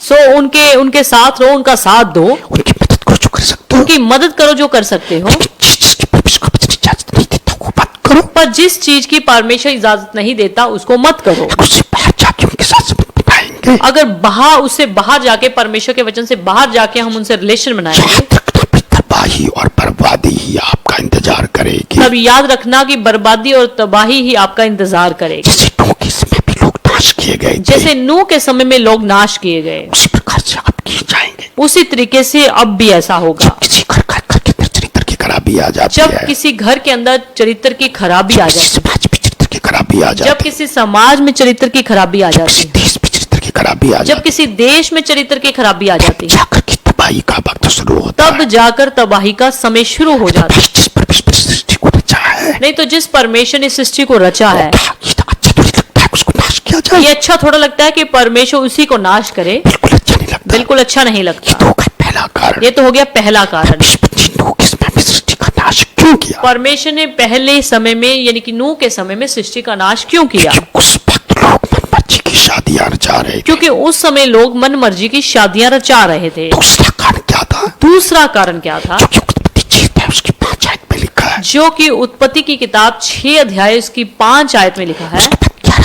उसके बाद 11 आयत में लिखा उसके है, बाद 11 आयत में भी लिखा है, 12 आयत में उसके लिखा है, बाद 12 आयत में भी लिखा है। दूसरा कारण ये कि मनुष्य की बुराई पृथ्वी पर बहुत बढ़ गई, दूसरा कारण ये है कि मनुष्य की बुराई जो है परमेश्वर की निगाह में बहुत ही बढ़ गई। समाज में चरित्र की खराबी आ जाती है, जिस समाज में चरित्र की खराबी आ जाती है, उस घर में बाकी बुराइयां ऑटोमेटिकली आ जाती उस घर में बाकी जो बुराइयां हैं वो अपने आप ही आ है, उस जाती हैं। समाज में उस देश में बाकी बुराइयां ऑटोमेटिकली आ उस जाती है। देश में, उस समाज में बाकी की बाकी बुराइयां अपने आप ही आ जाती हैं। उत्पत्ति 6 का 5 पढ़ लीजिए, पढ़ लीजिए उत्पत्ति की किताब 6 अध्याय उसकी 5 आयत। यहोवा ने देखा मनुष्यों की बुराई पृथ्वी पर बढ़ गई है देखिए और परमेश्वर ने क्या देखा, देखिए परमेश्वर ने क्या देखा? मनुष्य की बुराई पृथ्वी पर बहुत बढ़ गई, मनुष्यों की बुराई जो है पृथ्वी पर बहुत ही बढ़ गई है। परमेश्वर सब कुछ देखता था, देखिए परमेश्वर सब कुछ देखता था। याद रखो आप चुप कर बुरा काम कर लो परमेश्वर वहां भी देखता है, याद रखिए आप छुप के बुरा काम कर ले, परमेश्वर सब कुछ देखता है। आगे और उनके मन के विचार में जो कुछ उत्पन्न होता है वह निरंतर बुरा ही होता है। परमेश्वर उनके मन के विचारों को भी देखता है, देखिए परमेश्वर उनके मनों के विचारों को भी देखता था, परमेश्वर के मन के विचार भी जो कुछ भी उत्पन्न होता है, है परमेश्वर ने देखा उनके विचारों में जो कुछ भी पैदा होता है वो बुरा होता है। वो बुरा ही होता है। आगे उस समय पृथ्वी परमेश्वर की दृष्टि में बिगड़ गई थी और उपद्रव से भर गई थी। उस समय पृथ्वी परमेश्वर को उपद्रव से भर गई थी। उस समय लिखा है कि पृथ्वी जो है परमेश्वर के जो है निगाह में बिगड़ गई थी, उपद्रव से भर गई थी। ये परमेश्वर की नजरों में बिगड़ गई थी। यानी कि वो परमेश्वर की नजरों में बिगड़ गई थी। याद रखो, इस बात को मैंने रखा, देश कितना तरक्की कर रहा है, कितनी सड़कें बन रही, कितने पुल बन रहे, कितने हवाई अड्डे बन रहे। याद रखिए, ये कोई चीज मायने नहीं देती कि आपका जो है देश कितना बढ़ रहा है, कितनी जो है कितनी सड़कें बन रही हैं, कितने पुल बन रहे हैं, या कितनी वो समाज तरक्की कर रहा है। परमेश्वर ये चीज नहीं देखेगा। परमेश्वर ये चीज नहीं देखेगा। परमेश्वर ये देखता, उस समाज में पाप कितने घट रहे हैं, परमेश्वर ये देखेगा कि उस समाज में पाप कितना घट रहा है, उस समाज में पवित्रता कितनी बढ़ रही उस समाज में पवित्रताई जो है कितनी बढ़ रही है। है, एक समाज में बाकी सब तरफ से तरक्की हो रही हो, अगर एक समाज में बाकी सब तरफ से तरक्की हो रही हो पाप बढ़ रहा हो, पर पाप बढ़ रहा हो, परमेश्वर पाप को देखेगा, तरक्की को नहीं देखेगा। परमेश्वर उस पाप को देखेगा, उस तरक्की को नहीं देखेगा। परमेश्वर ने क्या देखा? देखिए परमेश्वर ने क्या देखा। परमेश्वर की नजरों में सारी पृथ्वी बिगड़ गई थी। परमेश्वर की नजरों में सारी जो है पृथ्वी बिगड़ गई थी। भी पढ़ दो। और परमेश्वर ने पृथ्वी पर जो दृष्टि की तो क्या देखा कि वे बिगड़ी हुई है, आगे। क्योंकि सब प्राणियों ने पृथ्वी पर अपना अपना चाल चलन बिगाड़ दिया था। सब प्राणियों ने अपना चाल चलन बिगाड़ दिया देखिए कि सब प्राणियों ने पृथ्वी पर अपना अपना चाल चलन बिगाड़ लिया था। समाज में जिस देश में बुराइयां बढ़ जाती हैं, जिस देश में, जिस समाज में बुराइयां जो है बढ़ जाती हैं, बुराइयां बढ़ जाती हैं, जिस घर में बुराई बढ़ जाती है, को उस घर के उस देश के कोई खिलाफ हो चाहे ना हो, याद रखिए उस देश के उस घर के कोई खिलाफ हो चाहे ना हो, परमेश्वर उसके खिलाफ जोर खड़ा पर हो जाता है। परमेश्वर उसके खिलाफ जरूर खड़ा हो जाता है। परमेश्वर खिलाफ खड़ा हो जाता और है। जब परमेश्वर खिलाफ खड़ा हो जाता है कभी भी कुछ भी हो सकता है। फिर कभी भी कुछ भी हो सकता है। किसी भी समाज में बुराई परमेश्वर को बड़ा दुखी कर देती है। सो किसी भी समाज में जो बुराई है वो परमेश्वर को बहुत ही दुखी कर देती है। पृथ्वी पर याद रखो, जितनी बुराइयां बढ़ती जाएंगी, याद रखिए पृथ्वी पर जितनी भी बुराइयां बढ़ती जाएंगी, उपद्रव बढ़ते जाएंगे, जितने उपद्रव बढ़ते जाएंगे, परमेश्वर का गुस्सा बढ़ता जाएगा, उतना परमेश्वर का क्रोध भड़कता जाएगा, समाज में दुख बढ़ेंगे, उतने समाज में दुख बढ़ेंगे। चरित्र याद रखो बुराइयों को लाता है। याद रखिए गंदा जो चरित्र है बुराइयों को लेकर आता है। समाज में कुदरती आपदाएं बढ़ेंगी, समाज में कुदरती आपदाएं बढ़ेंगी। समाज में घर भी देश में पाप बढ़ेगा, जितना समाज में, देश में, घर में पाप बढ़ेगा, जितनी भी कैलामिटी चाहे कुदरती आपदाएं बढ़ेंगी, उतनी नेचुरली जितनी भी कुदरती आपदाएं हैं वो बढ़ती ही बढ़ती जैसे जाएंगी। कि भूकंप बढ़ेंगे, जैसे कि भूकंप बढ़ेंगे, बढ़ेंगे, तूफान बढ़ेंगे, महामारियां बढ़ेंगी, महामारियां बढ़ेंगी। महामारियों को पता नहीं अब कौन सी आ रही है, अब कौन सी आ रही है। महामारियों को पता ही नहीं चलेगा कि कब कौन सी आ रही है, कब कौन सी आ रही है। देखो दुनिया ने कोरोना की बीमारी की अगर दवाई निकाली, देखिए अगर दुनिया ने, देश ने जो है महामारी, कोरोना की महामारी की जो दवाई निकाली, अगर कोरोना की दवाई निकाली, अगर उन्होंने कोरोना की दवाई निकाली, कोरोना से पहले से भी भयंकर कोरोना रूप से आ गया, पहले से भयंकर रीति से आ गया, अकाल पड़ेंगे, तरह तरह के अकाल पड़ेंगे, भूखमरी बढ़ेगी, भूखमरी बढ़ेगी, बाढ़ें बढ़ेंगी। बाढ़ें आएंगी। उस वक्त नूह के जमाने में ये तो था। उस समय नूह के जमाने में यही तो था। सारी पृथ्वी जब मैंने देखा बिगड़ गई, सारी पृथ्वी जब परमेश्वर यहोवा ने देखा कि बिगड़ गई, लोग अपनी मनमर्जी से चलने लगे, लोग अपनी मनमर्जी से चलना शुरू कर लोगों दिया, का चरित्र खराब हो गया, लोगों का चरित्र खराब हो लोगों का गया, सोच विचार खराब हो लोगों गए, का सोच विचार खराब हो लोगों की गया, चाल चलन बिगड़ लोगों के गया। चाल चलन बिगड़ गए। परमेश्वर ने देखा कि मैं भूकंप भेजूंगा, सारी सृष्टि नाश नहीं होगी। परमेश्वर ने देखा कि अगर मैं भूकंप भेजूंगा तो सारी सृष्टि नाश नहीं होगी, अगर मैं तूफान भेजूंगा तो कुछ इलाका बर्बाद होगा, अगर तूफान भेजूंगा कुछ ही इलाका खराब होगा, महामारी भेजूंगा तो कुछ इलाका बर्बाद अगर होगा, मैं महामारी भेजूंगा तो कुछ ही इलाका खराब होगा, अकाल भेजूंगा, भूखमरी भेजूंगा तो कुछ लोग बर्बाद होंगे। अगर मैं अकाल भेजूंगा तो कुछ इलाके ही बर्बाद होंगे। कि मैं जल प्रलय भेजूं ताकि सारी की सारी सृष्टि बर्बाद हो। बेहतर यही है कि मैं जल प्रलय भेजूं ताकि सारी की सारी सृष्टि जो है तबाह हो जाए। ये जो दुनिया में बीमारियां आ रही है ना, अब ये दुनिया में जो बीमारियां आ रही है ना, ये परमेश्वर का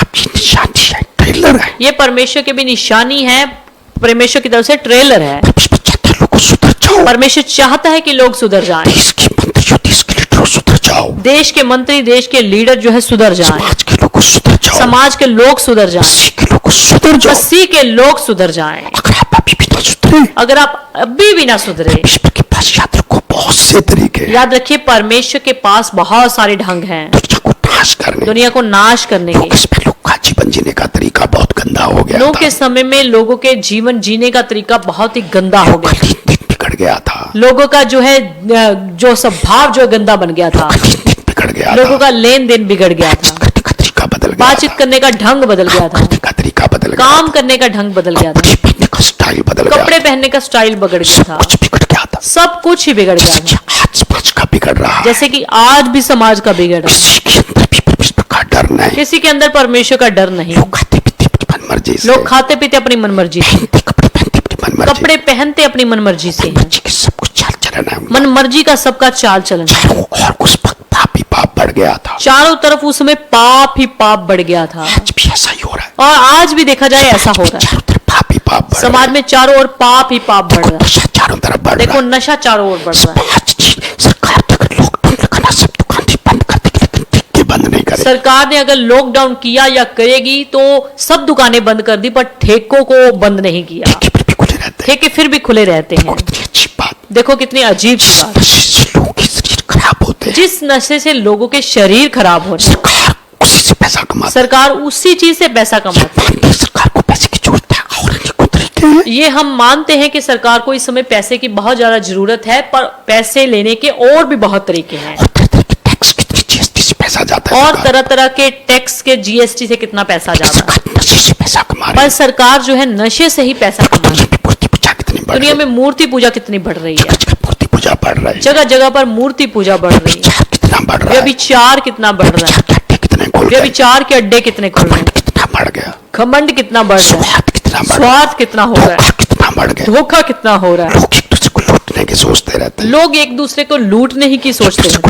ठगी मारने के सोचते एक हैं, दूसरे को ठगी मारने की सोचते हैं। बेईमानी बढ़ गई, कितनी बेईमानी बढ़ गई, लोगों में ईर्ष्या बढ़ गई, कितने लोगों में ईर्ष्या बढ़ निंदा गई, चुगली बढ़ गई, कितनी निंदा चुगली बढ़ गई, गाली देना कितना बढ़ गया, गाली देना कितना बढ़ गया, बुजुर्गों का कोई आदर नहीं करता, बड़े बुजुर्गों को कोई भी आदर नहीं करता, मारपीट करके कोई भी चला जाता है, कितनी मारपीट करके कोई भी चला जाता है, जल्दी औरत को छेड़कर सोना चांदी लूट कर चला जाता है, कोई भी लेडीज को देख करके उसका सोना चांदी जो लूट करके ले जाता है। कोई कत्ल हो रहे हैं जगह जगह, कितने कत्ल हो रहे हैं जगह उस जगह। वक्त लोगों की जमाने में भी इससे भयंकर था, उस समय नूह के जमाने भी ऐसे ही भयंकर था, जिससे परमेश्वर का दिल दुखी हुआ, जिससे परमेश्वर का दिल जो है उनसे दुखी हो गया, परमेश्वर ने सोचा अभी एक इलाके को नाश नहीं करना, एक देश को नाश नहीं जिससे करना, परमेश्वर ने देखा कि एक इलाके को, एक देश को नाश नहीं करना, सारी सृष्टि को नाश सारी सृष्टि का नाश कर दिया। भी परमेश्वर देखो चारों तरफ कितना खुदा का गुस्सा भड़क रहा देखिए अभी भी चारों तरफ परमेश्वर का क्रोध कितना भड़क रहा है। चारों तरफ समाज में ये तो हो रहा है, आज चारों तरफ समाज में यही तो हो रहा है। भी देखो बुराई ही बुराई, धोखा ही धोखा, कहीं देखो समाज में बुराई ही बुराई, धोखा ही धोखा, चारों तरफ कितनी महामारी लाखों की जान ले रही है, चारों तरफ कितनी महामारियां लाखों की जान जा रही है। प्रभु के दास जगह जगह रोजा रख कर दुआ कर रहे हैं, कितने प्रभु के दास जो है जगह जगह पर रोजा रख के दुआएं कर रहे हैं, महामारी कम नहीं हो रही, पर महामारी जो है कम नहीं हो रही। खुदा की नाराजगी है। कितना परमेश्वर की नाराजगी है। देखो बुराई के बारे में दो चार आयतें बढ़ा कर देखो बुराई के बारे में 2-4 आयतें आपको पढ़ा कर, 34 को 16 पढ़ लीजिए, भजन संहिता 34 अध्याय उसकी 16 आयत में पढ़े।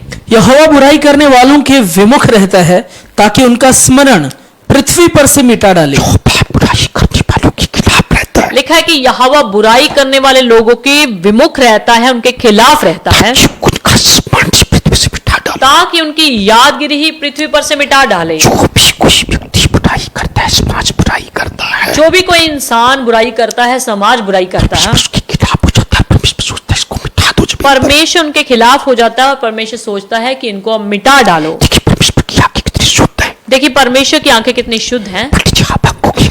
हबक्कुक की किताब 1 अध्याय उसकी 13 आयत। तेरी आंखें ऐसी शुद्ध हैं कि तू बुराई को देख नहीं सकता, परमेश्वर की आंखें इतनी शुद्ध है, परमेश्वर की आंखें इतनी शुद्ध हैं कि तू बुराई को देख नहीं सकता। कि बुराई को वो देख ही नहीं सकता। बुराई को देख ही नहीं सकता। परमेश्वर बुराई को देख ही नहीं सकता। समाज में इतनी बुराई हो रही है, परमेश्वर को कैसा लगता और होगा? समाज में इतनी तरह तरह की बुराइयां हो रही हैं, परमेश्वर कैसे देख सकता उस है। वक्त भी लोग की जबान में इतनी बुराई होती थी, परमेश्वर से सहना गया। उस समय भी देश में जो है उस समय नूह के जमाने में भी इतना जो है बुराई बढ़ गई थी कि परमेश्वर से उनकी बुराइयों को देखा नहीं गया। यूहन्ना 1 अध्याय उसके 2 चैप्टर में पढ़ते जब हैं, हम योना की किताब 1 अध्याय उसकी 2 आयत में पढ़ते हैं दूसरे चैप्टर में, यूहन्ना को कहा तुम निनवे नगर को जा, परमेश्वर ने योना को बोला कि तू नीनवे नगर को जा, उठकर उस बड़े नगर नीनवे को जा और उसके विरुद्ध प्रचार कर, क्योंकि उसकी बुराई मेरी दृष्टि में बढ़ गई है। यूहन्ना को क्या कहा? परमेश्वर ने योना को क्या बोला, निनवे नगर को जा, तू नीनवे नगर को जा उसके खिलाफ प्रचार कर, और जाकर उसके खिलाफ प्रचार कर, उसकी उसकी बुराई जो है मेरी निगाह में बहुत ही बढ़ गई है। ईश्वर की नजरें इतनी शुद्ध है, बुराई को देख नहीं सकती। परमेश्वर की नजरें इतनी शुद्ध हैं कि वो बुराई को देख ही नहीं सकती। योना को कहा तो जितने को जाकर इस पर प्रचार कर दे। परमेश्वर ने योना को बोला तू नीनवे नगर में जाके ये प्रचार कर दे अगर लोगों तुम बुराई से तौबा नहीं कि करोगे, लोगों अगर तुमने बुराई से तौबा ना करी आपका नाश तो पक्का है। आपका नाश होना पक्का है। 24 था उसके 38-39 में पढ़ दीजिए। मत्ती 24 अध्याय उसकी 38 और 39 आयत पढ़ दीजिए। उस वक्त जब नूह के जमाने में परमेश्वर ने सृष्टि का नाश किया, उस समय जब परमेश्वर ने नूह के जमाने में सृष्टि का नाश किया, लोग क्या कर रहे थे? लोग क्या कर रहे थे? क्योंकि जैसे जल प्रलय से पहले के दिनों में जिस दिन तक नूह जहाज पर ना चढ़ा था उस दिन तक लोग खाते पीते थे और उनमें विवाह होते थे, और जब तक जल प्रलय आकर उन सबको बहा ना ले गया तब तक उनको कुछ भी मालूम ना पड़ा।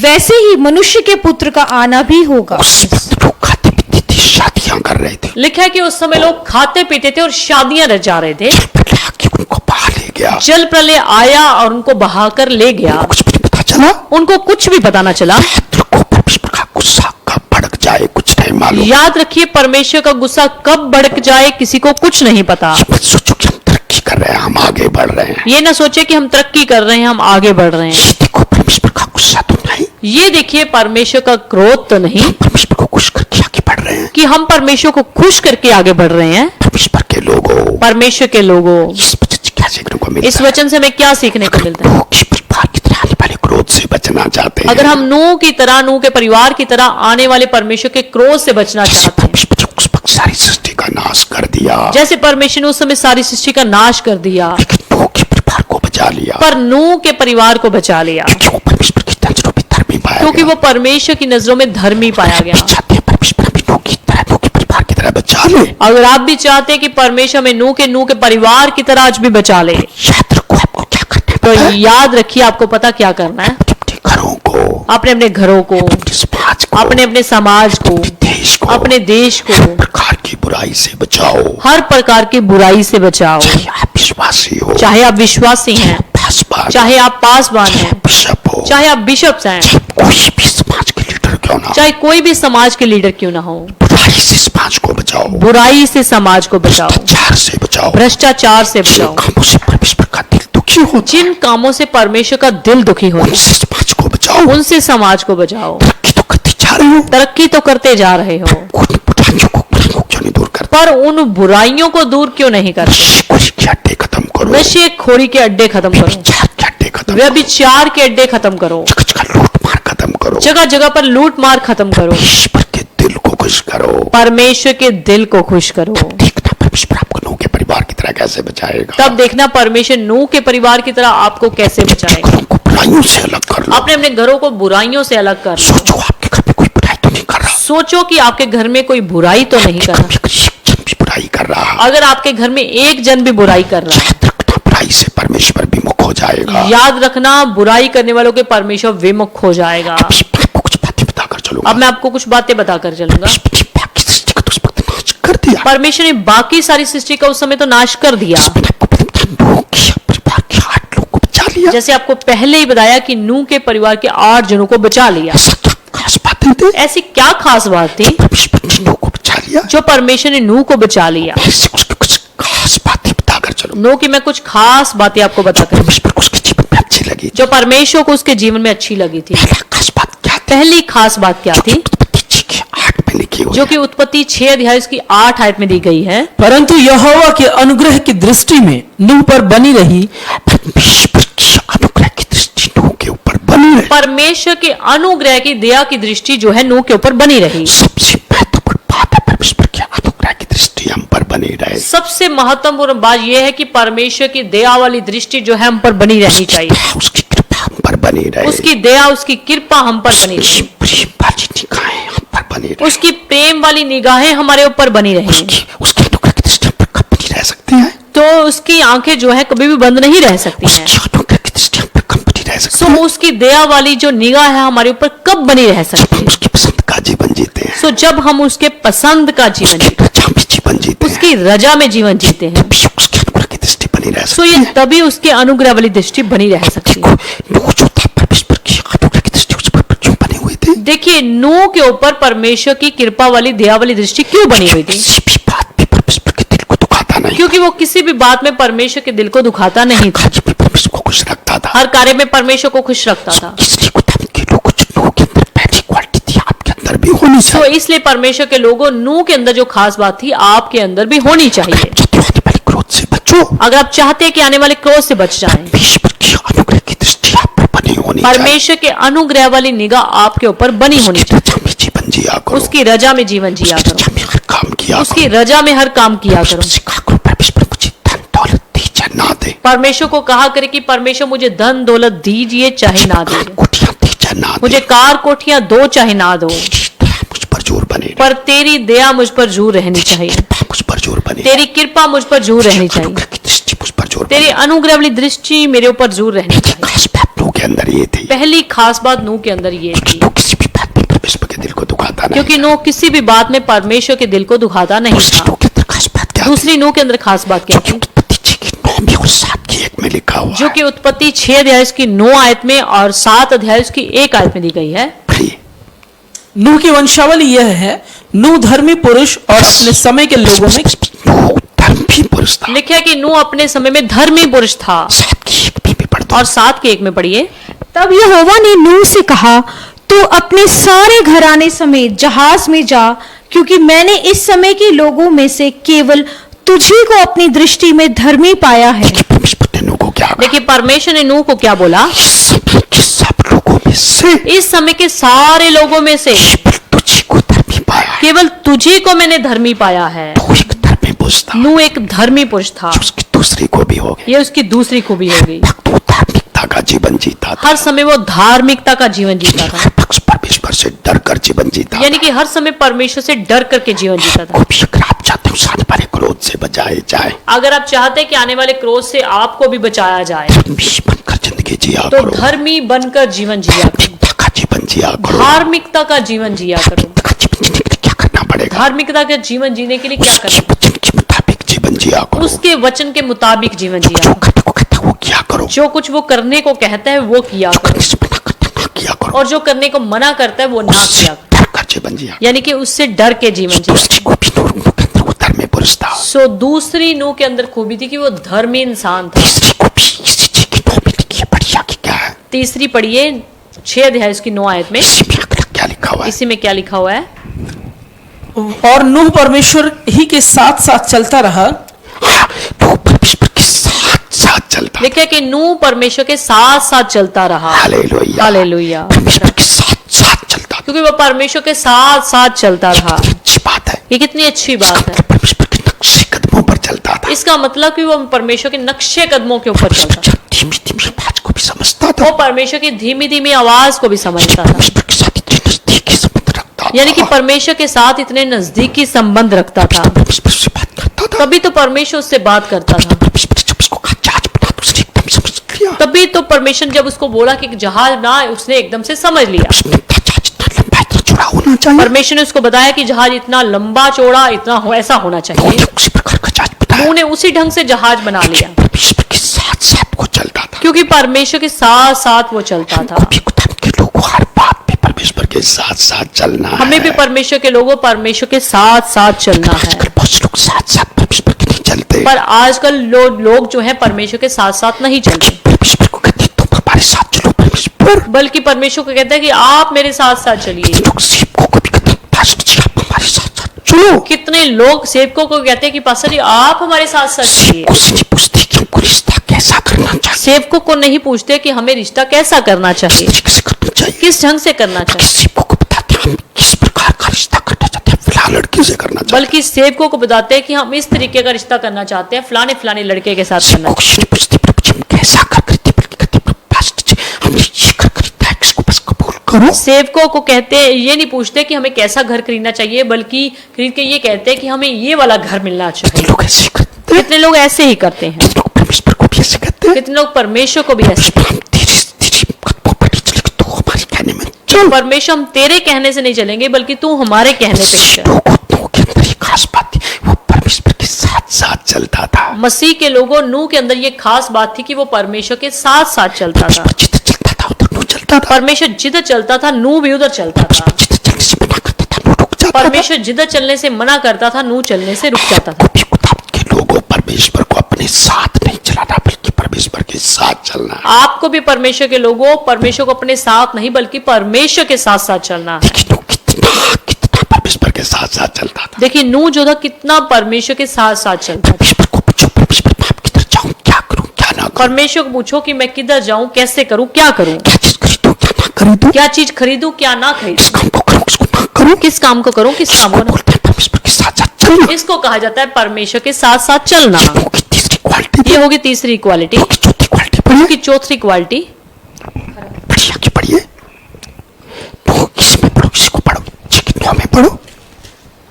और अपने समय के लोगों में खरा था और हालेलुया। चौथी क्वालिटी क्या थी? चौथी क्वालिटी क्या थी? जिस समय के लोगों में खड़ा वो था, अपने समय के लोगों में खरा उस वक्त जितने भी लोग रहते थे उस समय जितने भी लोग रहते थे सबसे खड़ा था, सबसे वो खरा था, सबसे खराई से बात करता था, सबसे खराई से बात करता खराई के साथ चलता था। था, खराई के साथ चलता और जो व्यक्ति खड़ा होता है था। और जो व्यक्ति खरा होता है उसके अंदर कोई कलंक नहीं होता, उसके अंदर कोई भी कलंक नहीं उसके होता, अंदर कोई दोष नहीं होता। उसके अंदर कोई भी वो दोष नहीं होता। इतना खराई से बोलता था। इतना खराई से वो बोलता। देखो परमेश्वर ने कहा जहाज को बना, देखिए परमेश्वर ने बोला जहाज को बनाओ। सब लोगों को भी कहता था वो वो सब लोगों को भी कहता था तुम तौबा कर लो, तुम तौबा करो, क्योंकि वो खड़ा था। क्योंकि वो खरा था। उसके अंदर कोई पाप तो था उसके नहीं, अंदर कोई पाप तो था उसके अंदर कोई सोच भी खराबी तो थी नहीं, नहीं। उसकी सोच में तो खराबी थी। इसलिए परमेश्वर के लोगों आप भी इतने खरे बनो, इसलिए परमेश्वर के लोगों आप भी इतने खरे बनो, बोलने चालने में इतने खरे बनो, चालने में इतने खरे चल बनो, चलट में इतने खरे बन जाओ चाल में इतने खरे बनो कि आपके अंदर कोई खोट ना हो। कि आपके अंदर कोई भी खोट ये तो की चौथी क्वालिटी थी। ये होगी चौथी तो की क्वालिटी। पांचवी क्वालिटी क्या थी? ये पांचवी क्वालिटी क्या थी? तो परमेश्वर का आज्ञाकारी था। नूह परमेश्वर का आज्ञाकारी था। पढ़ लीजिए, कच्ची का भाई शायद पढ़ लीजिए। उत्पत्ति 6 अध्याय इसकी 22 आयत। परमेश्वर की इस आज्ञा के अनुसार नूह ने किया। हालेलुया।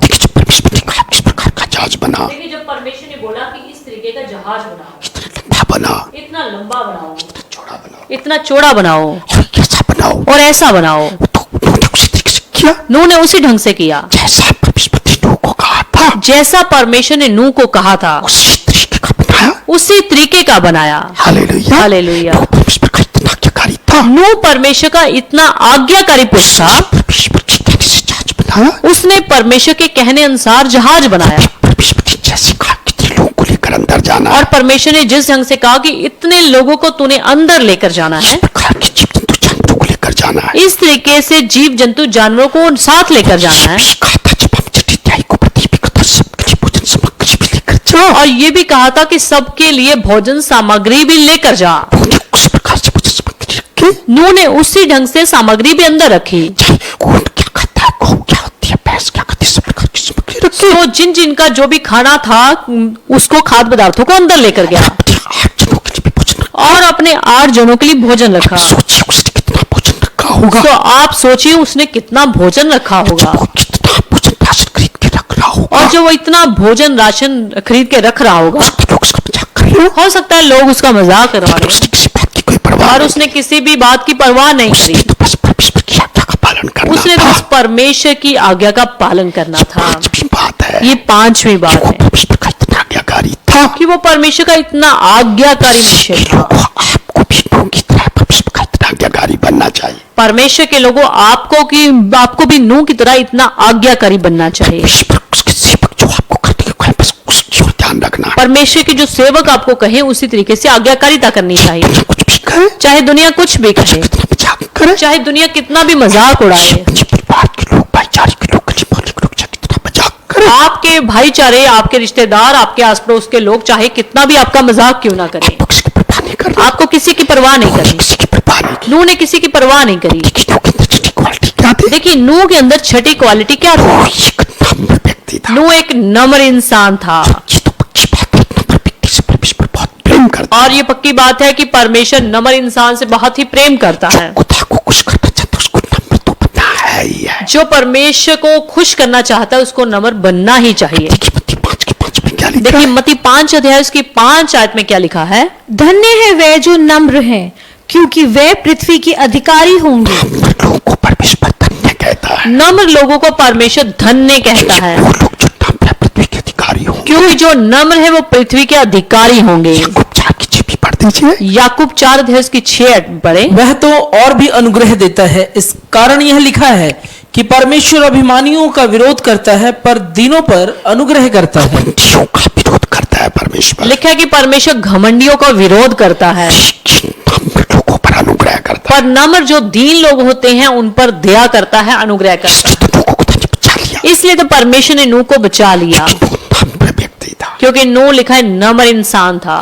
नम्र बन जाओ, कोई कुछ भी कहे, इतने नम्र बन जाइए कि कोई कुछ भी कहे, आप बस परमेश्वर की तरफ देखते रहो। आप बस परमेश्वर की तरफ देखते रहिए। परमेश्वर आने वाले क्रोध से आपको कैसे बचाए। देखिए परमेश्वर आने वाले क्रोध से किस तरीके से बचाता है। सातवां गुण नूह के अंदर क्या था? सातवीं क्वालिटी जो है नूह के अंदर क्या थी? वो एक धर्म का प्रचारक था। नूह एक धर्म का प्रचारक था, अपने धर्म को अपने परमेश्वर के वचन का प्रचारक था। अपने धर्म का अपने परमेश्वर के प्रचार करने वाला था। पत्रस 2 की 5 में क्या कहता देखिए है? 2 पत्रस 2 अध्याय की 5 आयत में क्या लिखा है? और प्राचीन युग के संसार को भी न छोड़ा, वरन भक्तिहीन संसार पर महाजल प्रलय भेजा, पर धर्म के प्रचारक नूह समेत 8 व्यक्तियों को बचा लिया। बस देखिए, पत्रस उसको धर्म का प्रचारक कहता है। देखिए पत्रस को धर्म का प्रचारक कहते हैं। वो एक धर्म का प्रचारक था। नूह एक धर्म का प्रचारक था, यीशु मसीह का परमेश्वर के वचन का प्रचारक था। प्रभु यीशु मसीह का परमेश्वर के वचन का प्रचारक था। प्रचार करना नहीं छोड़ा उसने। उसने प्रचार करना नहीं छोड़ा, लोग उसकी हंसी उड़ाते थे, चाहे लोग उसकी हंसी उड़ा रहे थे, उसका मजाक करते चाहे लोग उसका मजाक उड़ा रहे थे, उसने प्रचार करना नहीं छोड़ा। पर उसने प्रचार करना नहीं छोड़ा। परमेश्वर के लोग अगर खुद बच के दूसरों को परमेश्वर का वचन बताया करो, अगर परमेश्वर के लोगों आप खुद बच के तो आपको दूसरों को प्रचार करना जरूरी है। आपको परमेश्वर पसंद करेगा। आपको परमेश्वर पसंद करेगा। ऐसा करना बड़ा अच्छा लगेगा। परमेश्वर को ऐसा करना बड़ा अच्छा लगता है। क्या आप दूसरों को अपनी गवाही देते हो? क्या आप दूसरों को अपनी गवाही देते हैं? दूसरों को वचन बताते हो? क्या आप दूसरों को वचन बताते हैं? आपके बच्चे संडे चर्च में आके वचन सुनते हैं? क्या आपके बच्चे जो है संडे चर्च में आकर के वचन सुनते हैं? ऑनलाइन वचन सुनो, वचन आप सुन रहे हो आज इस ये जैसे ऑनलाइन आप सर्विस अटेंड कर रहे हैं अभी, परमेश्वर के लोग आपके साथ आपके बच्चे भी इस वचन को सुन रहे क्या हैं? परमेश्वर के लोगों आपके साथ आपके बच्चे भी अटेंड कर रहे हैं? क्या आपके बच्चे भी वचन को पढ़ते हैं? क्या आपके बच्चे भी वचनों को पढ़ते हैं? ऐसा करते हैं तो परमेश्वर को बड़ा अच्छा लगेगा। अगर ऐसा करते हैं तो परमेश्वर को बड़ा ही अच्छा लगेगा। वो जब खुद परमेश्वर के वचन का प्रचार करता था, सो नूह जो है अपने धर्म का प्रचारक था।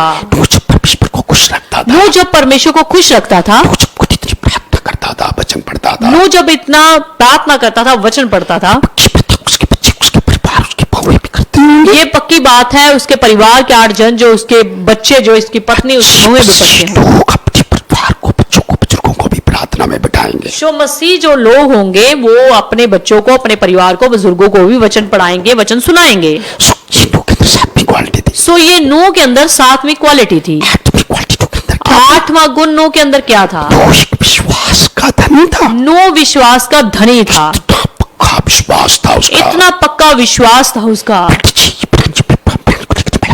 पढ़ लीजिए इब्रानियों को लिखने वाला सेवक क्या कहता है। विश्वास ही से नूह ने उन सब बातों के विषय में जो उस समय दिखाई न पड़ती थी चितौनी पाकर पर भक्ति के साथ अपने घराने के बचाव के लिए जहाज बनाया, और उसके द्वारा उसने संसार को दोषी ठहराया और उस धर्म का वारिस हुआ जो विश्वास से होता है। हालेलुया। हालेलुया। लेकिन नूह का तकड़ा विश्वास का धनी था। कि नूह तकड़ा विश्वास का धनी था। अगर नूह तकड़ा विश्वास का धनी था, अगर नूह तकड़ा विश्वास का धनी था तो परमेश्वर ने कहा जहाज बना। तभी तो परमेश्वर ने उसको बोला जहाज उसने बना। विश्वास के साथ जहाज को बनाया। उसने विश्वास के साथ जहाज को बनाया। सोचिए, परमेश्वर ने उस वक्त के जमाने में किसी और को जहाज बनाने के लिए क्यों नहीं कहा? सुने, परमेश्वर ने उस समय और किसी को जहाज बनाने के लिए क्यों नहीं बोला? अभी तो परमेश्वर को मानते हो, और भी तो परमेश्वर को मानते होंगे। कितने और पैसे वाले लोग होंगे, कितने पैसे वाले लोग भी उस होंगे, टाइम पे कितना पैसा खर्चा आया होगा। कितने पैसा जो है जहाज के ऊपर खर्चा आया होगा। परमेश्वर ने नूह की ड्यूटी लगाई। पर नूह ने ड्यूटी उसकी लगाई। परमेश्वर ने नूह की ड्यूटी लगाई। उसकी ड्यूटी क्यों लगाई? नूह की ड्यूटी को लगाई परमेश्वर को पता था ये विश्वास कर लेगा, क्योंकि परमेश्वर को पता था कि ये बंदा जो है विश्वास कर लेगा विश्वास से जहाज बना लेगा। और विश्वास से जहाज बना लेगा। मैं इसको कहूंगा जहाज में इतने लोगों को, पशु पक्षियों को लेकर चले जाएगा। और जब मैं नूह को बोलूंगा इस तरीके से तो जहाज में पशु पक्षी जीव जंतु जानवरों को ले जाना, तो वो ले जाएगा। तो नूह ने विश्वास से जहाज को बनाया। तभी तो नूह ने विश्वास के साथ उस जहाज को बनाया। छोटे विश्वास वाला व्यक्ति इतना बड़ा जहाज थोड़ी बना सकता है। सो छोटे विश्वास वाला बंदा जो है इतने बड़े जहाज को कैसे बना सकता है? छोटे विश्वास वाला व्यक्ति इतने पशुओं को, पक्षियों को और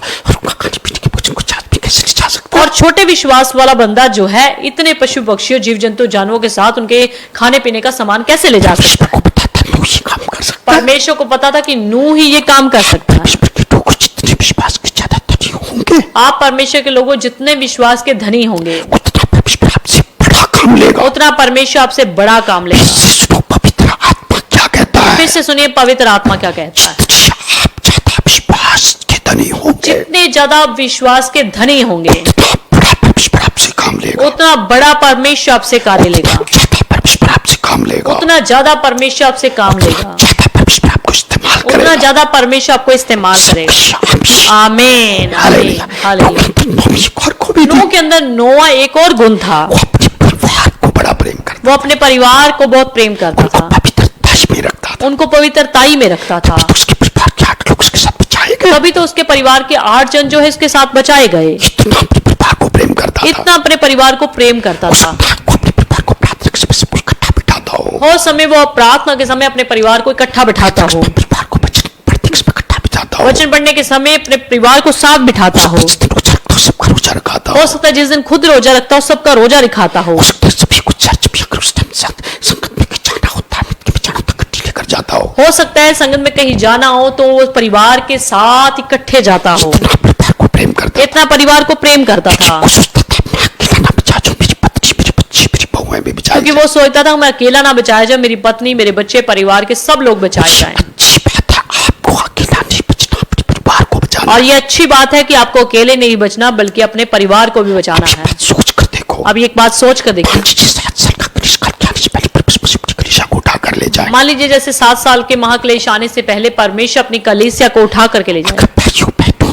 आपकी छोटी बच्ची को परमेश्वर इधर छोड़ जाए अगर भाइयों बहनों आपके छोटे बच्चों को परमेश्वर इधर ही छोड़ जाए और बच्चे 7 साल के कलिशा में भटकता फिरे, और वो 7 साल के महाक्लेश में भटकता फिरे, आपको कैसा लगेगा? आपको कैसा लगेगा? अच्छा नहीं लगेगा ना? अच्छा नहीं लगेगा ना? कोई चाहता है उसका बच्चा 7 साल के कलिशा में रह जाए, या कोई चाहता है कि उसका बच्चा जो है 7 साल के कलेश के लिए इधर ही रह जाए? कोई नहीं चाहेगा। कोई नहीं चाहेगा। कोई चाहता है उसका पति उसका बेटा उसका भाई बहन 7 साल के कलिशा में रह जाए, क्या कोई चाहता है कि उसका पति उसका बेटा उसका भाई बहन यहाँ 7 साल के महाक्लेश में रह जाए, उसके माथे पर 66 की मोहर लगे, उसके माथे पर 666 की मोहर लग जाए? कोई नहीं चाहेगा। कोई नहीं चाहेगा। वो इसी प्रकार से अपने बच्चों को प्रेम करता था। नूह इसी तरीके से अपने बच्चों के साथ प्रेम करता था। आपको भी मसीह को अपने परिवार के साथ अपने बच्चों के साथ बड़ों के साथ बुजुर्गों के साथ किसी प्रकार का प्रेम करना है। सो मसीह के लोगों आपको अपने परिवार के साथ, अपने बुजुर्गों के साथ, अपने माता पिता, अपने भाई बहनों के साथ, परिवार के साथ, सबके साथ ऐसा ही प्रेम करना है। कहना कि मैं अकेला नहीं बचना चाहता, तुम भी बचो। आपने कहना है कि मैं अकेला ना बचाया जाऊं बल्कि तुम भी बचो। उसके लिए आपको अपने बच्चों पर सख्ती करनी पड़े, बड़ों पर सख्ती करनी पड़े, कोई बात नहीं। उसके लिए आपको बच्चों पर बड़ों पर सख्ती करनी पड़े, उसकी कोई बड़ी बात उनको समझाओ, उनको समझाइए तुम भी कम ना पड़ जाओ, वचन पढ़ने में कम ना पड़ जाओ। कि प्रार्थना करने में, वचन पढ़ने में कम ना पड़ जाओ। जैसे नूह अपने परिवार को प्रेम करता था, जैसे नूह अपने परिवार को प्रेम करता था। पहला पत्रस 3 के 20 में पढ़े, जब हम पहला पत्रस 3 अध्याय उसके 20 आयत में पढ़े,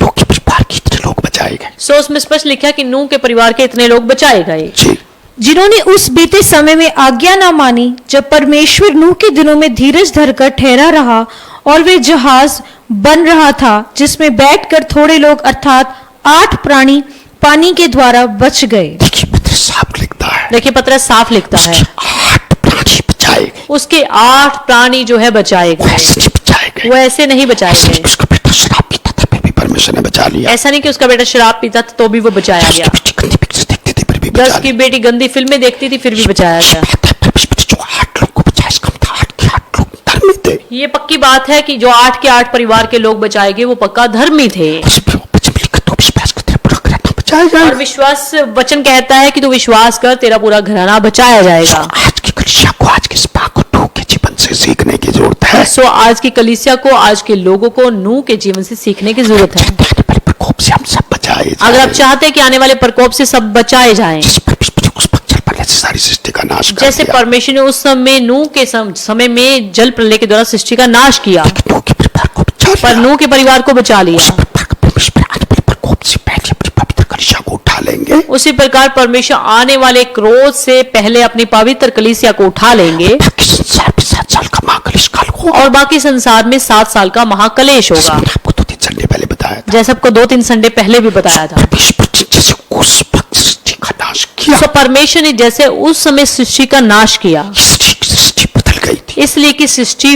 अपनी जगह से बदल गई थी, सृष्टि बिगड़ गई थी, इसलिए कि सृष्टि बिगड़ गई थी, सृष्टि में पाप बढ़ गया, इसलिए कि सृष्टि में पाप बढ़ गया था। पाप बढ़ गया था, परमेश्वर से सहा नहीं, इतना पाप बढ़ गया था कि परमेश्वर से सहन नहीं हुआ। पाप बढ़ गया था कि इस पापी सृष्टि को बना के पछताया। इतना जो है पाप बढ़ गया था कि परमेश्वर अपनी बनाई गई सृष्टि को बना के पछताता है। ईश्वर के लोगों अभी भी समय अनुग्रह का वक्त चल रहा है। परमेश्वर के लोगों अभी भी समय है, अनुग्रह का समय चल रहा है। बदल जाओ, बदल जाइए, ईश्वर की नजदीकी में आ जाओ। परमेश्वर की नजदीकी में आ जैसे जाइए। जीवन परमेश्वर चाहता है उसी प्रकार का जीवन जिया करो। जैसा जीवन परमेश्वर चाहता है उसी तरीके का जीवन जी। जब उसकी दृष्टि में सारी सृष्टि बिगड़ गई, नहीं तो उसकी निगाह में जब सारी सृष्टि बिगड़ गई उस चीज को नाश करते समय नहीं लगाना। तो उसने नाश करते हुए समय नहीं लगाना। चपकती अपनी कलिसिया को पहले उठा लेगा, पलक झपकते ही अपनी पवित्र कलीसिया को पहले उठा उसके लेगा। बाद मसीह विरोधी आएगा, उसके बाद मसीह विरोधी आएगा। 7 साल उसका राज होगा, 7 साल उसका राज्य होगा। सृष्टि में स्ताप डालेगा, सो सारी सृष्टि में वो स्ताव डालेगा। संकट क्लेश काल होगा, महासंकट क्लेश काल होगा, पछताना पड़ेगा। फिर पछताना पड़ेगा। Hallelujah, hallelujah. सभी की सभी आंखें बंद कर सभी दें। के सभी जन अपनी आंखों को बंद कर आइए हम लें। प्रार्थना में आइए हम जाएंगे, प्रार्थना में जाएंगे। तौबा कर लो, इस समय तौबा कर लीजिए, काम कर लो। पश्चाताप कर लीजिए जैसे अपने नूह और उसके परिवार के 8 लोगों को बचा लिया, कि प्रभु जी जैसे आपने जल प्रलय के समय नूह और उसके 8 परिवार के लोगों को बचा लिया, मुझे मेरे परिवार के सब लोगों को बचा लेना। आप मुझे और मेरे परिवार के सब जनों को बचा लेना। ऐसा वचन दो कि हमारे जीवन में अगर कोई भी पाप गलती है उसको दूर कर दो। हमें ऐसा फजल दीजिए परमेश्वर, जो भी हमारे जीवन में गलती गुनाह पाप है वो दूर हो जाए। नूह के परिवार की तरह हमको बना लीजिए प्रभु, हो खुदा नूह के परिवार की तरह हमें बना लीजिए प्रभु। नूह की तरह धर्मी बना लीजिए, हमें भी नूह की तरह धर्मी बना लीजिए, नूह की तरह खरा बना लीजिए। हमें भी नूह की तरह खरा बना लीजिए। जैसे नूह अपने साथ साथ चलता था वैसे हमें चलने का वचन दो। जैसे नूह आपके साथ साथ चलता था वैसे भी हमें चलने का फजल दो। अभी भी नूह की तरह पिता पवित्रताई में बढ़ा लीजिए, हमें भी प्रभु जी नूह की तरह पवित्रताई में बढ़ा लीजिए। नूह की तरह धर्मी बना लीजिए, हमें भी प्रभु। नूह की तरह धर्मी बना लीजिए। हमें भी पिता धर्म का प्रचारक बना लीजिए, हमें भी धर्म का प्रचारक बना दीजिए, हर समय पिता परमेश्वर तेरे खुश पसंद का जीवन जीते जाएं। ताकि परमेश्वर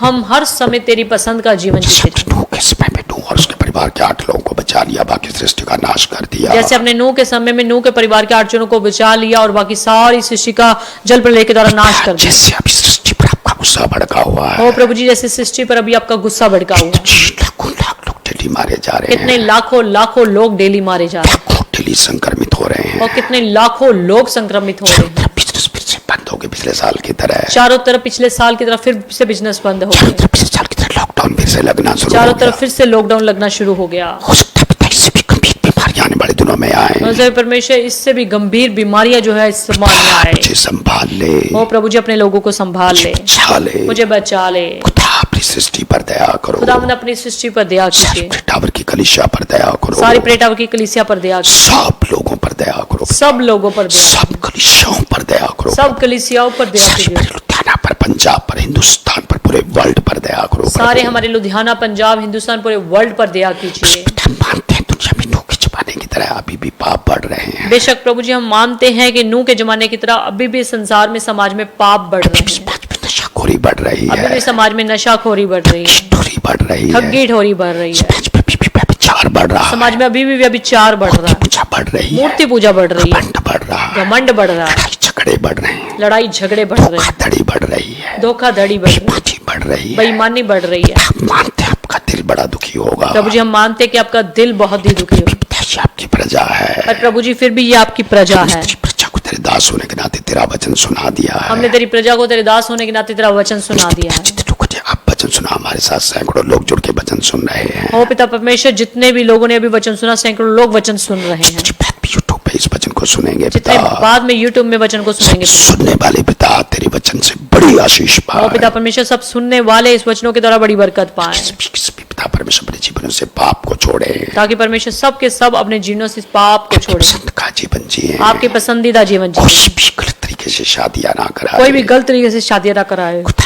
आपके वचन में रहकर शादियां ओ कराए, प्रभु जी आपके वचन में रह के शादी कराए, कोई भी पिता चाल चलन ना बिगाड़ दे, कोई भी प्रभु जी अपना चाल चलना बिगाड़े, कृपा करो, सब पर कृपा करो, की सारी कलिसिया पर दया करो, पेड़ों की सारी कलीसिया पर दया करो, सारी समाज पर दया करो, सारे समाज पर दया करो। समाज में पाप हो रहे हैं पिता, आप जितने- बातचीत करें समाज के लोगों ओ से, प्रभु जी जितने समाज में पाप हो रहे हैं सबसे बातचीत करो प्रभु जी, हमारे देश के मंत्रियों से बात करो प्रभु, हमारे देश के मंत्रियों से बात करो प्रभु, पंजाब के मंत्रियों से बात करो, हमारे पंजाब के मंत्रियों से बात करो प्रभु, दुनिया के मंत्रियों से बात सारे दुनिया के मंत्रियों से बात कीजिए हम प्रभु, जानते हैं दुनिया में तरक्की तो बढ़ रही है, क्योंकि प्रभु जी हम जानते हैं कि दुनिया में तरक्की तो बढ़ रही है, तरह के आविष्कार तो हो रहे हैं, तरह तरह के आविष्कार तो हो रहे हैं, पिता अफसोस की बात कि लोग पाप नहीं घटा रहे, पाप को बढ़ा रहे हैं, पर अफसोस की बात कि लोग पाप को घटा नहीं बल्कि बढ़ा रहे हैं, जहाँ बढ़ती जा रहे हैं, बुराइयां बढ़ती जा रही हैं। पिता कृपा कर दो। प्रभु जी कृपा कीजिए, इस फैलती बीमारी को वापस बुला लो। इस फैलती हुई बीमारी को वापस बुला लीजिए। जानते हैं प्रभु आपका आत्मा बताता आने वाला समय इससे भी बुरा समय है, और प्रभु जी हम जानते हैं आपका आत्मा बता रहा है कि आने वाला समय इससे भी बुरा है। लेकिन फिर भी पिता परमेश्वर सब पे दया करो। ओ प्रभु जी फिर भी सबसे पे दया कीजिए, कृपा करो। ओ सब पे दया सारे कीजिए, समाज पर दया करो। सारे समाज पर दया कीजिए। मरते हुए लोगों को बचा ओ लो। प्रभु जी मरते हुए लोगों को बचा लीजिए, बीमारी में पड़े हुए लोगों को बचा लो। इस बीमारी में पड़े हुए लोगों को बचा किसी लीजिए, भी जाति धर्म का क्यों ना हो, चाहे किसी भी धर्म जाति के क्यों ना हो, देश में क्यों ना रहता किसी हो, भी देश में क्यों ना किसी भी रहता हूँ, समाज में क्यों ना किसी भी रहता समाज में क्यों ना रहता हो, हूँ, पंजाब में किसी भी सूबे में क्यों ना रहता चाहे हो, पंजाब में किसी भी सूबे में क्यों ना रहता सब पे हो, कृपा करो। सब पे कृपा कीजिए। फ्रंटलाइन वर्कर्स पर दया करो। सारे फ्रंट लाइन वर्कर्स पर दया कीजिए, डॉक्टर हैं, चाहे वो पत्रकार हैं, चाहे वो पुलिस है, जो इस बात आगे होकर सेवा चाहे वो कर रहे हैं प्रभु। डॉक्टर है, चाहे वो पत्रकार है, चाहे वो मीडिया कर्मी है, चाहे वो किसी भी तरह का फ्रंट लाइन वर्कर है प्रभु, इतना रिस्क लेकर ड्यूटी कर रहे हैं, जो इतने रिस्क लेकर ड्यूटी कर रहे सब पे हैं, कृपा करो प्रभु। सब पे कृपा कीजिए प्रभु। नेताओं पर, लीडरों पर, अफसरों पर दया करो। सारे नेताओं पर, लीडर्स पर, अफसर पर दया कीजिए। सारी मीडिया टीम को बड़ी आशीष दे। हमारी सारी मीडिया टीम को बड़ी बरकत दीजिए। कुछ सारी जिम्मेदारों को, सिटी कमेटी, छुट्टी कमेटी, सारे वॉलंटियर्स को आशीष दे दो। वो सारी वर्शिप टीम को, senior committee, junior committee, volunteers को, मीडिया टीम को बड़ी बरकत दीजिए। आपकी कृपा, आपकी दया चाहते हैं। आपकी दया, आपकी कृपा चाहते हैं। जब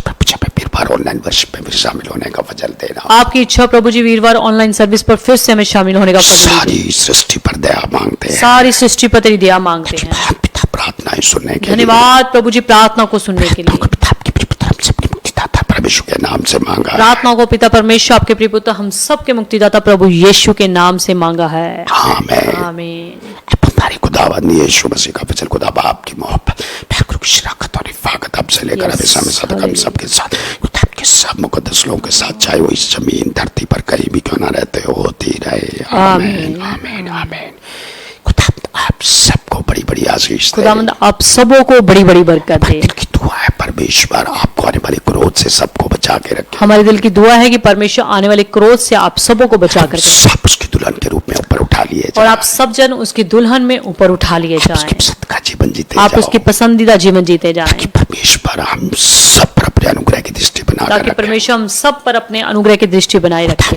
यीशु की महिमा हम सबके जीवन से होती खुदा जाए। यीशु की महिमा हम सबके जीवनों से होती रहे। चारों तरफ माहौल खराब है, जैसे कि- लॉकडाउन लग रहा है, जैसे कि चारों तरफ माहौल खराब है, लॉकडाउन लग रहा है, इससे भी ज्यादा माहौल खराब हो सकता है। इससे भी ज्यादा माहौल खराब हो सकता है।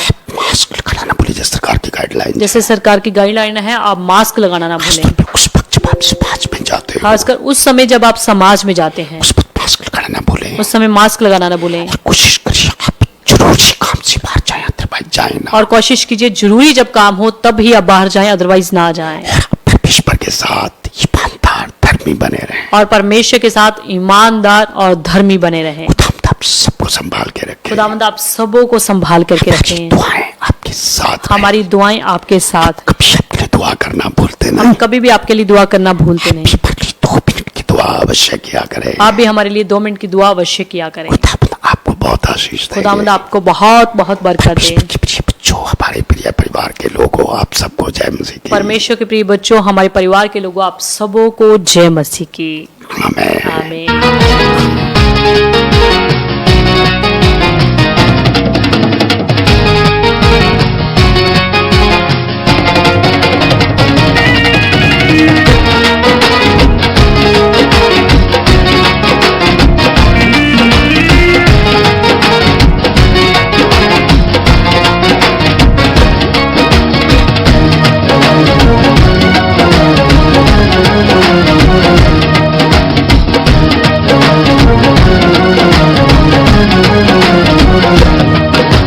जिंदगी दी रोटी यीशु अर्शा तो आया ए। जिंदगी दा यीशु सानू रस्ता विखाया ए। जिंदगी दी रोटी यीशु अर्शा तो आया ए। जिंदगी दा यीशु सानू रस्ता विखाया ए। जिंदगी दा यीशु सानू रस्ता विखाया ए। जिंदगी दा यीशु सानू रस्ता विखाया ए। पियो अमृत, पियो अमृत, पियो अमृत, पियो अमृत, पियो अमृत जल अज सारे। पियो अमृत जल अज सारे। पियो अमृत जल अज सारे। पियो अमृत जल अज सारे। यीशु माली ये जगदा वो सच सचमुच बेटा ए रब दा यीशु वाली ये जग दा वो सचमुच बेटा ए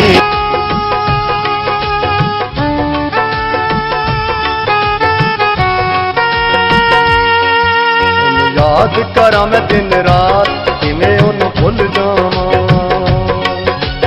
याद करा मैं दिन रात किवें उन्हें भुल जावां जेड़ा साडे लई होया कुर्बान जेड़ा साडे लई होया कुर्बान मैं किवें उन्हें भुल जावां किवें उन्हें भुल जावां किवें उन्हें भुल जावां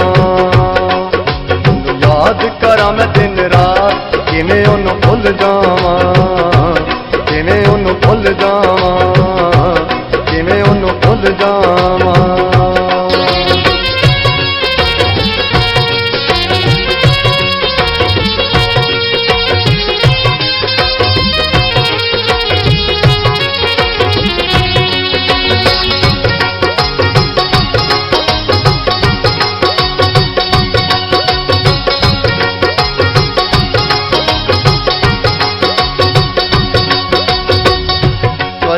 नजारा छड़ धरती ते आ गया स्वर्गी नजारा छड़ धरती ते आ गया दुखियां नूं शिफा दित्ती दुखियां नूं शिफा दित्ती जग नूं बचा गया ओदा प्यार बड़ा है महान किवें उन्हें भुल जावां ओदा प्यार बड़ा है महान किवें उन्हें भुल जावां जेड़ा साडे लई होया कुर्बान जेड़ा साडे लई होया कुर्बान मैं किवें उन्हें भुल जावां किवें उन्हें भुल जावां किवें उन्हें भुल जावां किवें उन्हें भुल जावां किवें उन्हें भुल जावां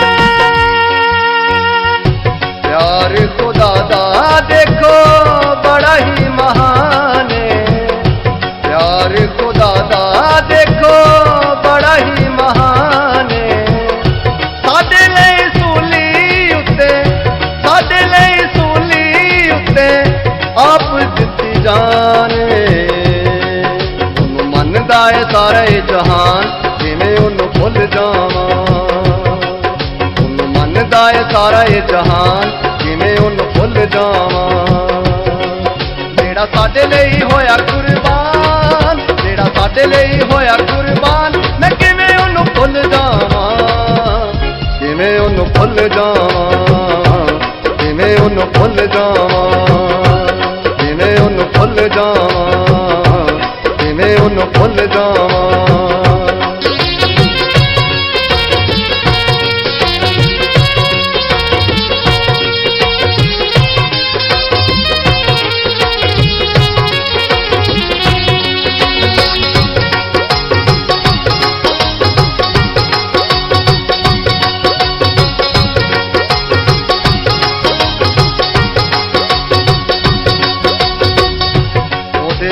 दुनिया ते होर कोई होना नहीं ओदे जिहा दुनिया ते होर कोई होना नहीं यसू जी नूं पाके असां यसू जी नूं पाके असां फिर कदे खोना नहीं सारे जग नालों उच्ची ओदी शान किवें उन्हें भुल जावां सारे जग नालों उच्ची ओदी शान किवें उन्हें भुल जावां जेड़ा साडे लई होया कुर्बान जेड़ा साडे लई होया कुर्बान मैं किवें उन्हें भुल जावां किवें उन्हें भुल जावां किवें उन्हें भुल जावां किवें उन्हें भुल जावां किवें उन्हें भुल जावां किवें उन्हें भुल जावां किवें उन्हें भुल जावां किवें उन्हें भुल जावां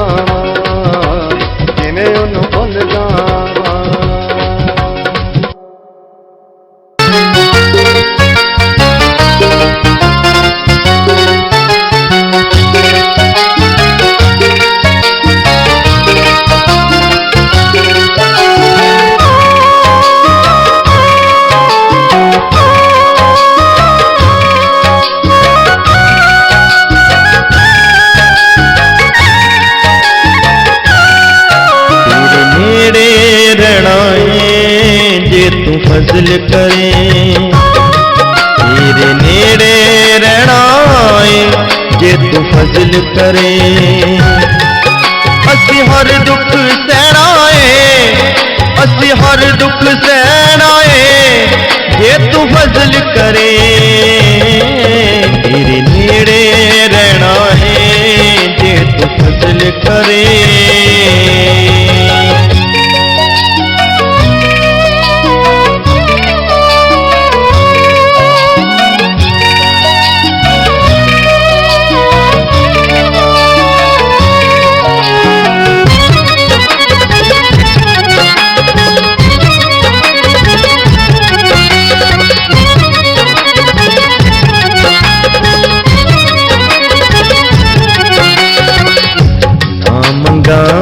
स्वर्गानू ना लंबी जिंदगी, इको गल मंगा बस करा तेरी बंदगी।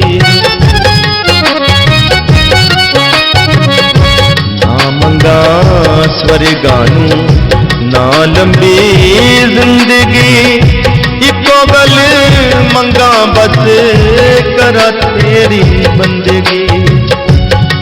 गल मंगा बस कर तेरी बंदगी। तेरे चरणा च बहना है, तेरे चरणा च बहना है जे तू फजल करे। तेरे नेड़े रहना है जे तू फजल करे। तेरे नेड़े रहना है जे तू फजल करे।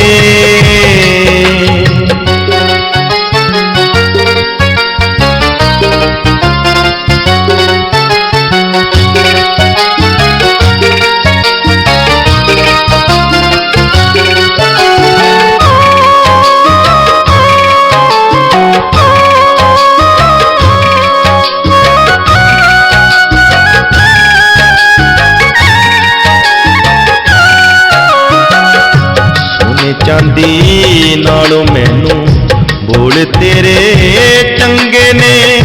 दुनिया दे सुख सारे सूली उत्ते टंगे ने। सोने चांदी नालों मैनू बोल तेरे चंगे ने।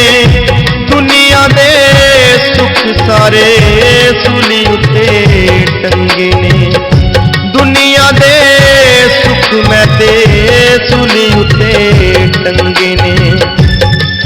बस धन्नवाद कहना है, बस धन्नवाद कहना है जे तू फजल करे। तेरे नेड़े रहना है जे तू फजल करे। तेरे नेड़े रहना है जे तू फजल करे।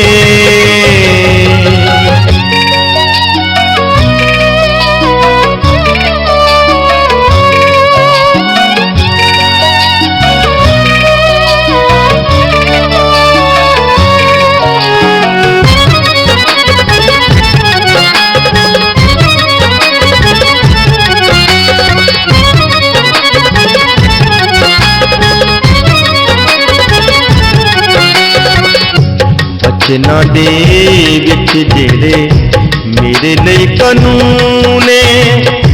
जानदा है सुख मेरी रूह दा सकून। बचना दे विच जेड़े मेरे लिए कानून ने। जानदा है सुख मेरी रूह दा सकून। जानदा है सुख मेरी रूह दा सकून। मेरे लिए गहना है, मेरे लिए गहना है जे तू फजल करे। तेरे नेड़े रहना है जे तू फजल करे। तेरे नेड़े रहना है जे तू फजल करे।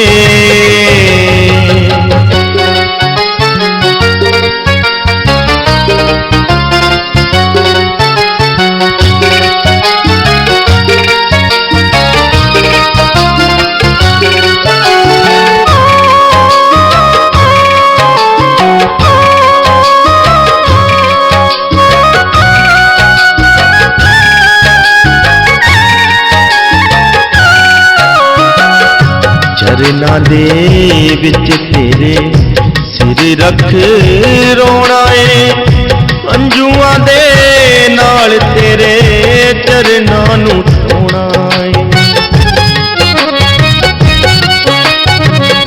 ਚਰਨਾਂ ਦੇ ਵਿੱਚ ਤੇਰੇ ਸਿਰ ਰੱਖ ਰੋਣਾ ਏ ਅੰਜੂਆਂ ਦੇ ਨਾਲ ਤੇਰੇ ਚਰਨਾਂ ਨੂੰ ਧੋਣਾ ਏ ਅੰਜੂਆਂ ਦੇ ਨਾਲ ਤੇਰੇ ਚਰਨਾਂ ਨੂੰ ਧੋਣਾ ਏ ਮੂੰਹੋਂ ਕੁਝ ਨਹੀਂ ਉਹ ਕਹਿਣਾ ਏ ਮੂੰਹੋਂ ਕੁਝ ਨਹੀਂ ਉਹ ਕਹਿਣਾ ਏ ਜੇ ਤੂੰ ਫਜ਼ਲ ਕਰੇ ਤੇਰੇ ਨੇੜੇ ਰਹਿਣਾ ਏ ਜੇ ਤੂੰ ਫਜ਼ਲ ਕਰੇ ਤੇਰੇ ਨੇੜੇ ਰਹਿਣਾ ਏ ਜੇ ਤੂੰ ਫਜ਼ਲ ਕਰੇ